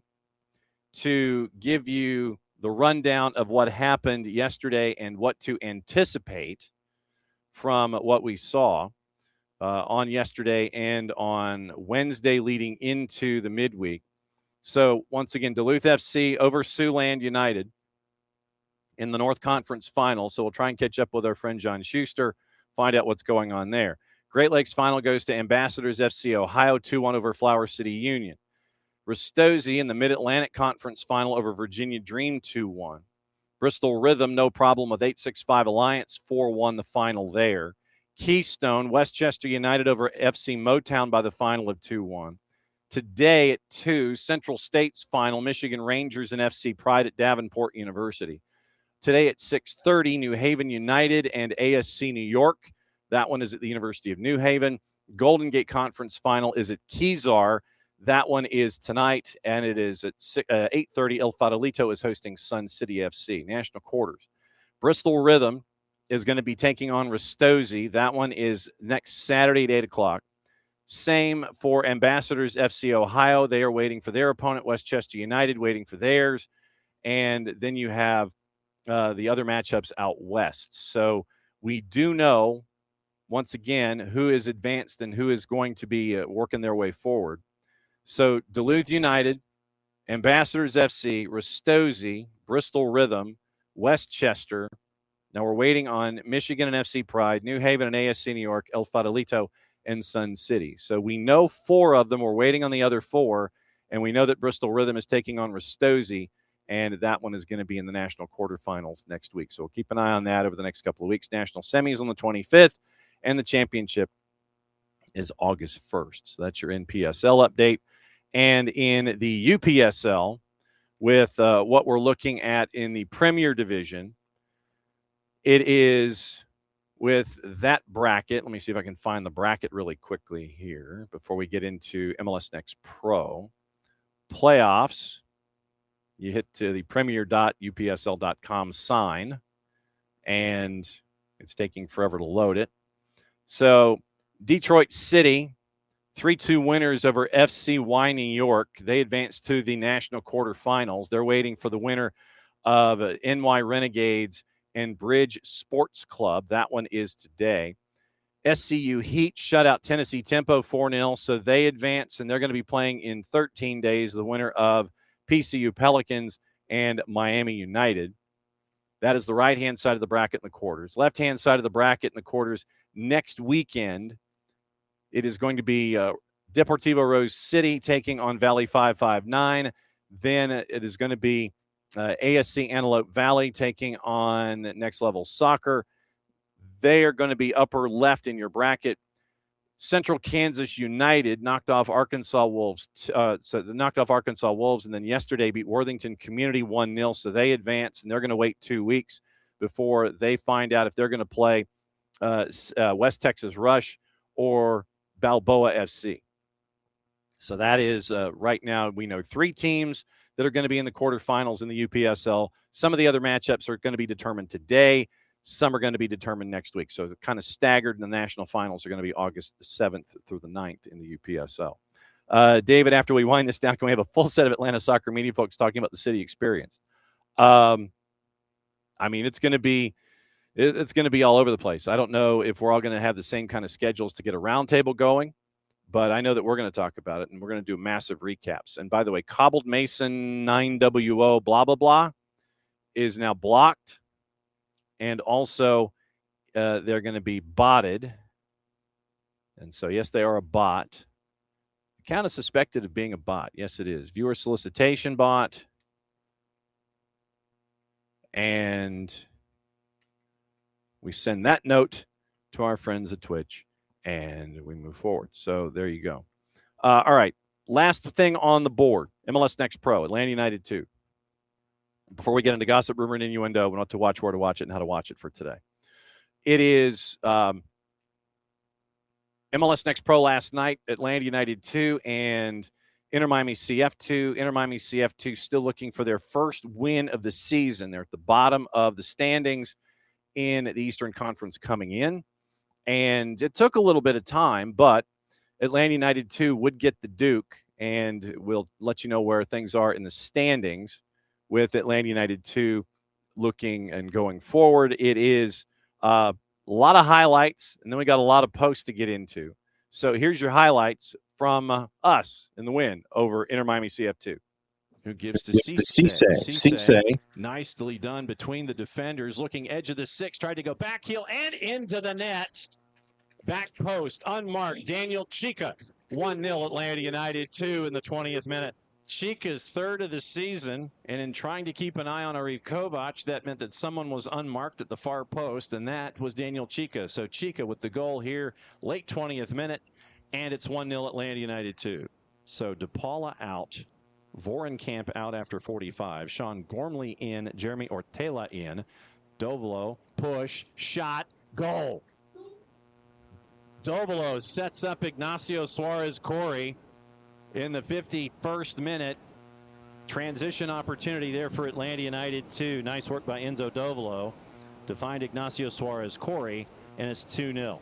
And so 2-0 Atlanta United 2 over Inter Miami CF 2. Outside of the boot, nicely done. Hardinas gets past the defense, pushed at from behind, cut back, own goal. Hardinas tried to get the ball to Arif Kovac, and so the centering pass was almost a kind of a cutback because of the really tight angle, so it was along a straight line, but the centering pass, we'll call it that, from Hardinas found Tyler Hall, and so Tyler Hall called for the OG, and it's now 3-0 just like that. Pressure coming from Atlanta United 2 creates space for the 5 stripes, and you end up with goal number 3. And so another switch for Coach Flores. Acevedo's day is done after 60. Nick gets the ball, and it wasn't enough on it, and Kovac with the easy slam dunk. Trying to combine at the back was Nick and Matias Marin. Pass didn't have enough on it. Ball eventually ends up centering pass to Arif Kovac, and it's now 4. And that would be the 4 goals for Atlanta United 2. Before a goal was given up, the shutout given up in the 75th minute on a shot from distance by Alejandro Flores. 4-1 your final. Atlanta United 2 with the win. So let's take the tour and start your post-game comments. Let's see who comes up first. It's Arif Kovac after his action last night in Athens. Things keep on rolling out there. This one going in, knowing that you're going up against the team that's last in the conference table, you can't take it for granted. So let's talk about it 45 minutes at a time. A lot of chances in the first 45. You get the one goal. What was the talk like? When you play teams like this, you can't underestimate them. No matter like what position they are, where they're at the table. I had my chances, but it just wasn't falling, and I was frustrated because I want to score, I want to contribute. But yeah, I just told myself to stay positive, and second half it'll come, and it came. I got an assist as well, and got me in the match, and yeah, I'm happy. What's it like to see everyone, because you and Enzo in the second 45, that rhythm that was there with him on the right-hand side, what was it like to see everything kind of come together the way that you guys like for it to be? Yeah, well, I love playing with Enzo. I think he's a great player. When you have a great player come bring energy into the game, it just helps. And when he does the hard work and sets me up for a tap-in, you have to appreciate these things. What have you guys learned about yourself as a group? All those games on the road early on, and now because of that, you get to stockpile everything late. What did you learn about yourself for road matches to get you ready for the stretch? We learned that we have to be better in the first 10, 15. We can't come up slow and just not ready to play. And we learned that, just to start the game hard, start the game good, and from minute one to show that we're here to play. What else do you think as a group we need to improve on here in the stretch? I think just mentally, we just sometimes switch off in games like you see at the end. We concede. Some things like that, just if we can be locked in for 90 minutes, I don't see a team better than us. And that was Arif Kovac after getting goal number 13 on the season.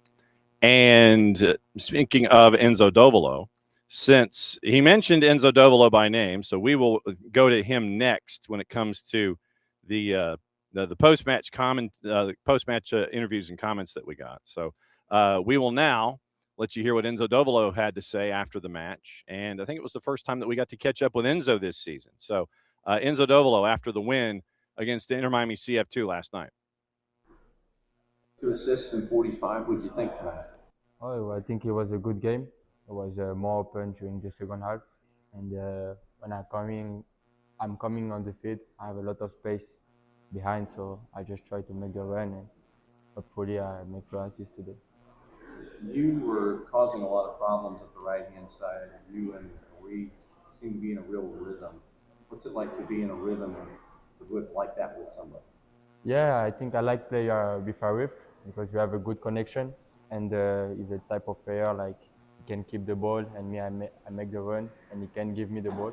So today was the goal of today. We talked with the coach, and the coach said we have a lot of space behind, so we just enjoy ourselves. When you get to take advantage of this, how complete, in your mind, how complete a performance was this? Having some first gamers in the first 45, you guys coming in the second 45, how complete a performance was it? Sorry, say how complete a performance was it? How I'm not going to say how easy was it. Everyone doing what they were supposed to do. Yeah. Was it the way it was looking out there for you? Yeah. I think we know, like before the game, a lot of players for the first team, they come help us and they do a great job. And after when we come in, we just try to keep the score, and score more goals, and every day everyone played good. That was good. Where do you think your game is right now when it comes to stuff you need to work on? Where do you think you are right now? I think maybe we need to work on the control of the ball. Sometimes we lose the ball too easily. We won't score. Maybe we want too much score, and sometimes we have to just keep the ball, make a turn, be more patient. I think we have to work on that. But after that, all was good. Yeah. What about you specifically? How is your game coming along? I think my game was pretty good, but I can improve in my final decision. Maybe today I can score one goal. but fortunately I didn't. But that will be for the next game, hopefully. Hopefully for the next game, that's Enzo Dovala, midfielder for Atlanta United 2. And so Ignacio Suarez-Corey, he got his first goal of the season, and that was also in the matchup. So here's catching up with Ignacio Suarez-Corey after the match in the 4-1 win. Maybe if I hit font and then actually hit the actual interview, then maybe we could hear it. Here we go. How does it feel to get that first one? I felt great. Had a couple assists this season, and the first goal is always like a good feeling, good sensation. But even better, the team performance today. That's what we're all super glad and happy about. We continue to build on it. What's it like to see your game continue and be more comfortable with who you're becoming so far this season? What's it like? I'm just keep working hard every day. Like I just take it day by day, practice by practice. I just do the best action I can every single time, and hopefully, I keep getting better. I keep adapting to the level and hopefully excelling. Is that the biggest thing you think you need to work on? Is just getting used to the level and speed of play, or are there other things inside your game you think you need to work on? Well, I feel like I'm still so young. Like I can improve on every single aspect of my game, mentally, physically, on the ball, off the ball. But yeah, I'm just trying to keep working, trying to keep improving every day. So hopefully to break into the first team. Break down the goal for me and what you were seeing as the play was developing. So I see my Enzo on the wall, right? And I scan. I just know that I'm kind of free. So the ball comes to me. I take a good touch. I kill it. And then I see the defender right in front of me. So I was like, all right, if I wrap this, there's no way. And so I just played it front post and so the ball go back in the net. And the crowd gave you a good pop after knowing that it was your first one. You got a good pop from the crowd. Yeah. Super exciting. I blew a kiss to my family. So what's it like having them here to see? I always thank them for the support, their effort they make for me, for letting me do what I love to do. And yeah, I just had to dedicate that first goal to them. Ignacio Suarez-Corey getting the goal on the board for Atlanta United 2, his first of this season, to go with all of the other handiwork that he's had so far this year. And so goal on the board for Ignacio Suarez-Corey. It was 4-0 until about 15 minutes to go, and then you end up with a goal scored by Inter Miami CF2, once again, Alejandro Flores from just outside the 18, if memory serves. And then that made it 4-1. That was your final. And we'll get into MLS NEXT Pro. We'll get into the standings here in just a little bit and let you know how things are laid out for Atlanta United 2 with the win. But first, what we're going to do is we're going to catch up with Jose Silva, the head coach of Atlanta United 2, and find out what his thoughts were on the match. And so here's our post-game conversation that we had after the win in Athens. Once again, here's Jose Silva, head coach of Atlanta United 2. How complete a performance was this tonight? I think it was really good from minute 1 till minute 75. When we are human now. At right moment, you are going to relax, and we think that in the last 15 minutes we were a little bit shaky. But it was overall a good performance against a team that always present a complex game because they rotate position a lot. So it's complex how to defend, and more for us than it's a team that like to press high and like to go man to man. So we have to trickle down a couple of things, and I think it worked. They almost want to have you overthink. They want chaos. They want to try to, it's like, all right, so he's over here. No, he's over here. What position is he? How difficult is that when you're going up against somebody whose game plan is to create as much chaos and not be organized at all, at least? Really, really complex and more for our identity. And when we go to opponent half, we are a team that want to put intensity on the field. So we try to marking the opponent in a way when we are close to their box. And that overcomplicate us because with that rotation, they make us move our players. So today we have to trickle down a little bit and be more zonal in some areas of the field when we are pressing high. And I think we did good because still minute 75 is not when they started to have more opportunity. A couple of different things that I noticed. Obviously, you have a playmaker like Adrian. To have someone like that who has that vision and imagination, what's it like to have somebody like that? I mean, Adrian is a key player for us. He adds a lot to the team because, also with the ball, it's also how he moves without the ball. He is a player that always is in the correct space, and without touching the ball, he's creating passing angles or a space for other one. And without the ball, it doesn't look like, but he covers a lot of ground, and he normally is in the top 5 of tackles, interceptations, and numbers of defending action for our team per game.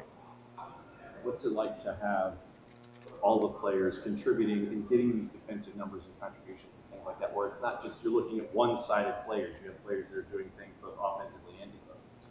I think is for us, we are really proud of them because it's the identity and we want as a team. I think I want to be a presser, and after that, start with the build, and everyone is buying into that idea, and the players that are in the field, you can see it with the stats that they are getting in the defensive aspect, and they are buying into the idea that we want.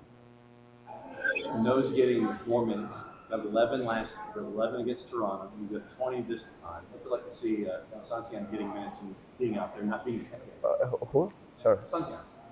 No, Santiago. Oh, yeah. Oh, no, yeah. We call it Noise. I was thinking Santi. Noe, he has a bright future because one thing that he has is even in the bad day, because we are human, no? There are days that maybe you're not going to have that day that you expect with the ball. He's going to give you that effort, that pressing angles, that willing to put the intensity on the game. So we are really happy with him, and little by little he will be buying into or improving a little bit in things he has to do with the ball. Obviously, you get the highlights with Arif getting another goal. He's now like 74 this season. He's getting numbers. You end up with Enzo getting a couple of assists. It seemed like one of those performances where you couldn't take the guy you can't take the last team in the Eastern Conference for granted. No, and you never know with Inter because they always present the standing doesn't reflect the quality and the team that they are. They can complicate games like in the way that they play. And I think today we were really solid, and we have players like you say, like Arif, that is in flow status, I call him. Everything that he does go inside the net, and we are really happy for him because he defined himself. The way that he works, the way that he treats of himself is like a role model for other players. And with Enzo, he's a player that he has been up and down, has been from the bench, has been started, and the reality is all the time that he's stepping the field, he's giving everything that he has, and he's adding in the offensive side, he's adding a lot to the team because he's really direct, he's good in 1v1, so it's always like it makes it difficult for the opponent how to defend us when we're in opponent half. You mentioned flow stat. I mean, there are times where it does look like he's floating out there, and it's like everything's going the right way. He's still frustrated at himself if everything doesn't go in there. What's it like to see someone who's in that flow state? I mean, it's amazing because that means that all the staff is doing a good job with the players. I know we do a lot of IDP. Will Bates, and he was a striker. He scored a lot of goals in college. He helped a lot of Arif with some details, and the striker has to be in situation where he can score more goals, so he can assist. Right now, the only thing we can do is support him and continue believing in him because I think he's going to continue like that during the season. There you go. That is your rundown of everything from last night with Atlanta United 2 and the 4-1 win over Inter Miami CF. To let you know where things are, this is the beginning of the big weekend. Traditionally, the larger day is Sunday in MLS NEXT Pro. Atlanta United 2 actually was one of 3 matches that started the weekend, match week 19. So right now, in the Eastern Conference with the win, Atlanta United 2 is in 6th, but they are a win out of 3rd. They have as many wins as 2 other teams in the Eastern Conference right now. 9 wins for them, 9 wins for Red Bulls, 9 wins for Crew 2. They are 1 win out of 3rd, 4 points from the top, and they have played 17 matches. Of course, this goes into the action today. Crew 2 is at 34. They have 1 more win than Crown Legacy. Red Bulls are at 32. Chattanooga's at 31. They have a better goal difference than Revs 2. Atlanta United 2 has more wins than Orlando City B. NYCFC 2 is at 28 points. That would be your playoff line if the season ended today. Philadelphia Union 2 is at 17 matches and 24, 2 more wins than Fire 2. Connecticut United is at 22 points, better goal difference than Toronto FC. Huntsville City Football Club is at 21 points. Core is at 17. FC Cincinnati 2 is at 14, and Inter Miami CF2 at 0-12-4-1 is at 5 points this year. They've scored 14 goals, and they've given up 41. That is not the worst defense in the league, but is the worst in the Eastern Conference. And that is the least effective offense and the most porous defense in the Eastern Conference. 0-8-2 now on the road for Coach Vargas and Inter Miami CF2. Western Conference, Austin FC 2, Los Verdos. They are at 40 points, 3 points ahead of Houston Dynamo 2. Dynamo Dos has one less win after their hot start, being unbeaten in the first 2 months, and now Austin FC 2 has returned the favor. 2 of the top defenses in MLS Next Pro, without a doubt. Timbers 2 at 34 points. They are in third. They have played 2 more matches, however, than Austin FC 2 and Dynamo Dos. Ventura County starts the chase group at 29 points. Ventura County, LAFC 2, and St. Louis City 2 all have 7 wins. Better goal difference goes to Ventura County. Better goal difference goes to LAFC 2. That's 4, 5, and 6. Earthquakes 2 are at 28 points in 7th. Loons 2 are in 8th. They have 1 more win than Real Monarchs, who got the win last night. Jarrett Smith was there. Follow him on his social medias at Jarrett_Smith to get your latest when it comes to the Royals, Real Salt Lake, and the Monarchs. 10th right now, North Texas at 22 points, matches in hand. Tacoma Defiance is at 21 points. Whitecaps 2 have played 19 matches, and they have 17 points. Sporting Kansas City 2 is at 13 points in 13th. Rapids 2, 12 points in 14th at 2-11, 5-1. The worst defense in MLS Next Pro belongs to Sporting Kansas City 2, especially after what happened earlier in the season with their losses. They've already given up 50 goals this year in MLS Next Pro. Next up for Atlanta United 2 is a trip to Huntsville City Football Club, and that will be next Saturday night, 8 o'clock Eastern, and that will be at Wicks Family Field, Joe Davis Stadium in Huntsville, and that will be on OneFootball, MLSsoccer.com, and the Major League Soccer YouTube channel, among other places. We'll keep you posted on our broadcast plans as we go later on in the week. So that's MLS Next Pro. Now, gossip, rumor, and innuendo, what to watch, where to watch it, how to watch it before we get out of here. And that what to watch is brought to us by our friends at Fanatis at fntz.co/soccer down here. Today, once again, you can get all the things. You get Fanatis, you get all the streaming services, access to South American A and B divisions that you might not have had before. You end up with CDO Plus out of Chile, Liga 1 Max Pro out of Peru. You end up with TVV out of Venezuela, unless you already have a subscription to a particular cable service. And if you have the Spanish package there, then you probably already have it. You can get ties to Tigo Sports, ties to CATV. You get Libertadores, Sudamericana. TIC out of Argentina gets you Copa de Argentina, the Copa Argentina, plus their coverage of Argentina in the World Cup. BN, you get all the BNs, which means you get their European football in Turkey, in Poland, and in France. You get Libertadores, Sudamericana, everything Middle East and North Africa. You get AFCON, WAFCON. You get CAF Champions League, and you get all of their the World Cup qualifying and Olympic qualifying tournaments, all at one place, Fanatis, fntz.co/soccer down here. Fox Soccer Plus has your doubleheader on the second legs of the Can Champ with Forge and Saint Laurent at 4 and CF Montreal Vancouver FC. That's at 7:30. Tonight on the 4-letter, Rain and Thorns at 4 o'clock, simulcast by Deportes and ESPN Plus. Victory Plus at 7 gives you Denver Summit, Houston Dash. That one is at 7 o'clock. And then that leads us into Monday, which is a Can Champ Monday, one match on FS2 and Fox ONE. Cavalry and the Whitecaps at 9:30. That takes care of your Monday, and that gets you ready to roll into what's going on in the beautiful game. Now, let's get you into the activity with gossip,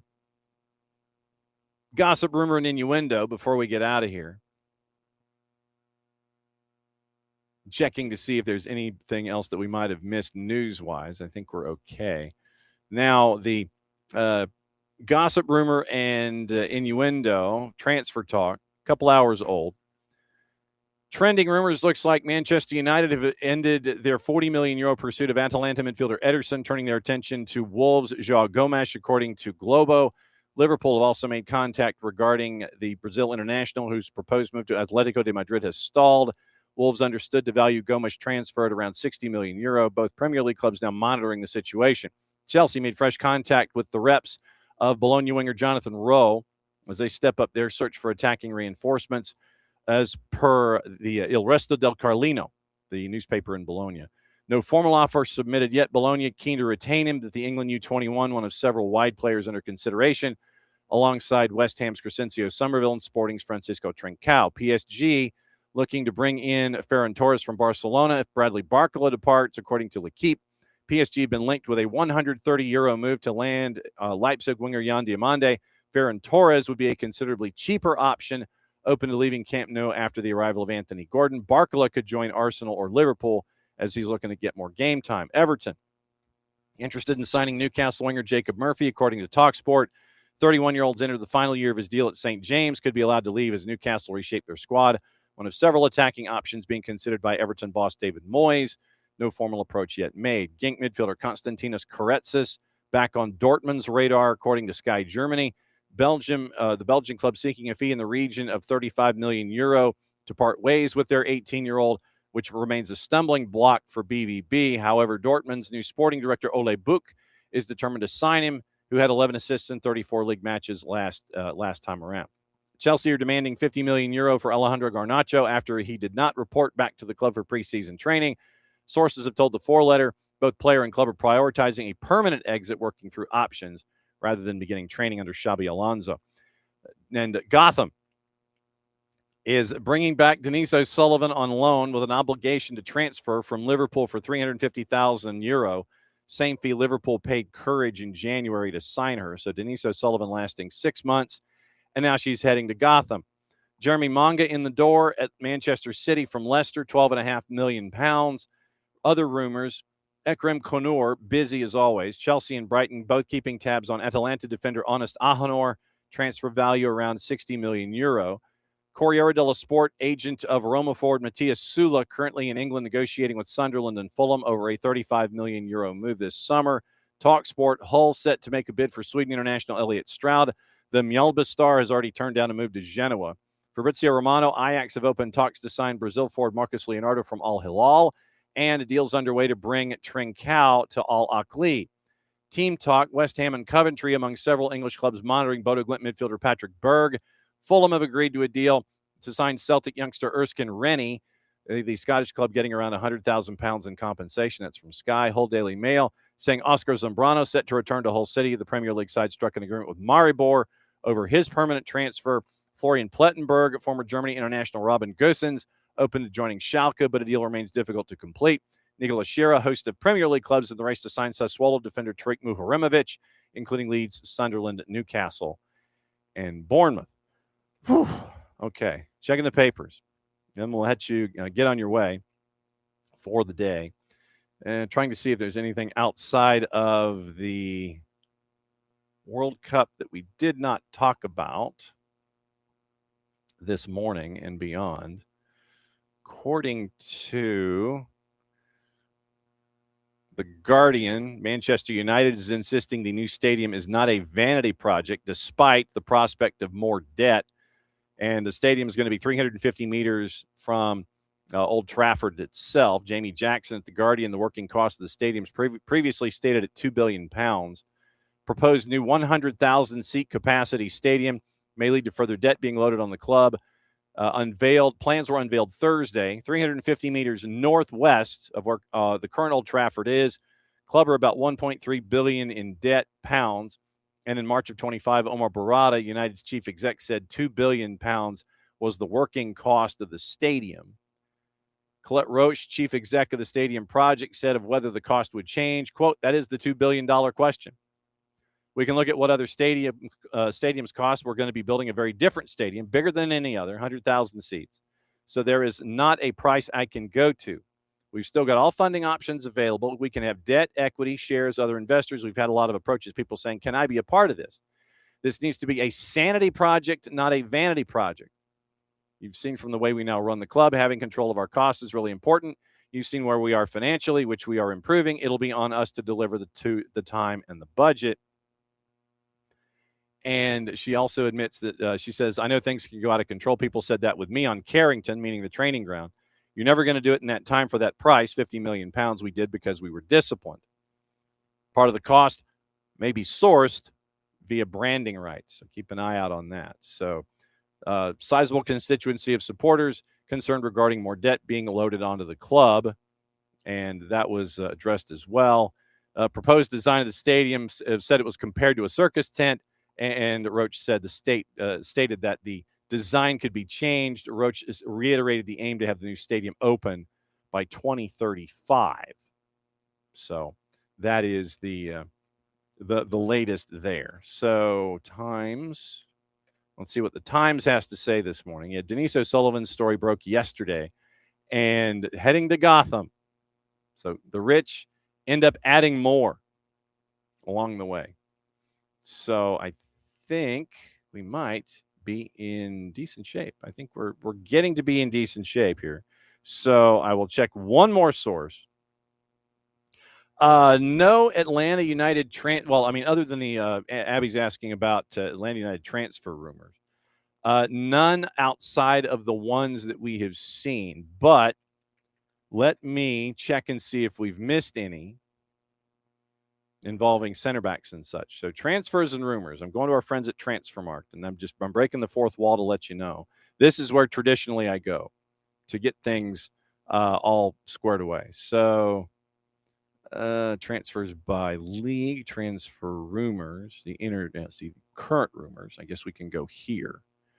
So navigating current rumors. Let's see. Can we go by league? Can I get that? Competition. Come on. So we go country. We go United States. See, this is the thing. It's like I just want frickin' rumors. That's all I want. Especially with so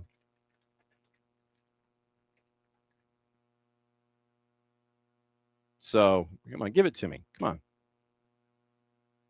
No, not United Arab Emirates. That's silly. Of course, it's a bad gateway because it doesn't exist. So, country, United States.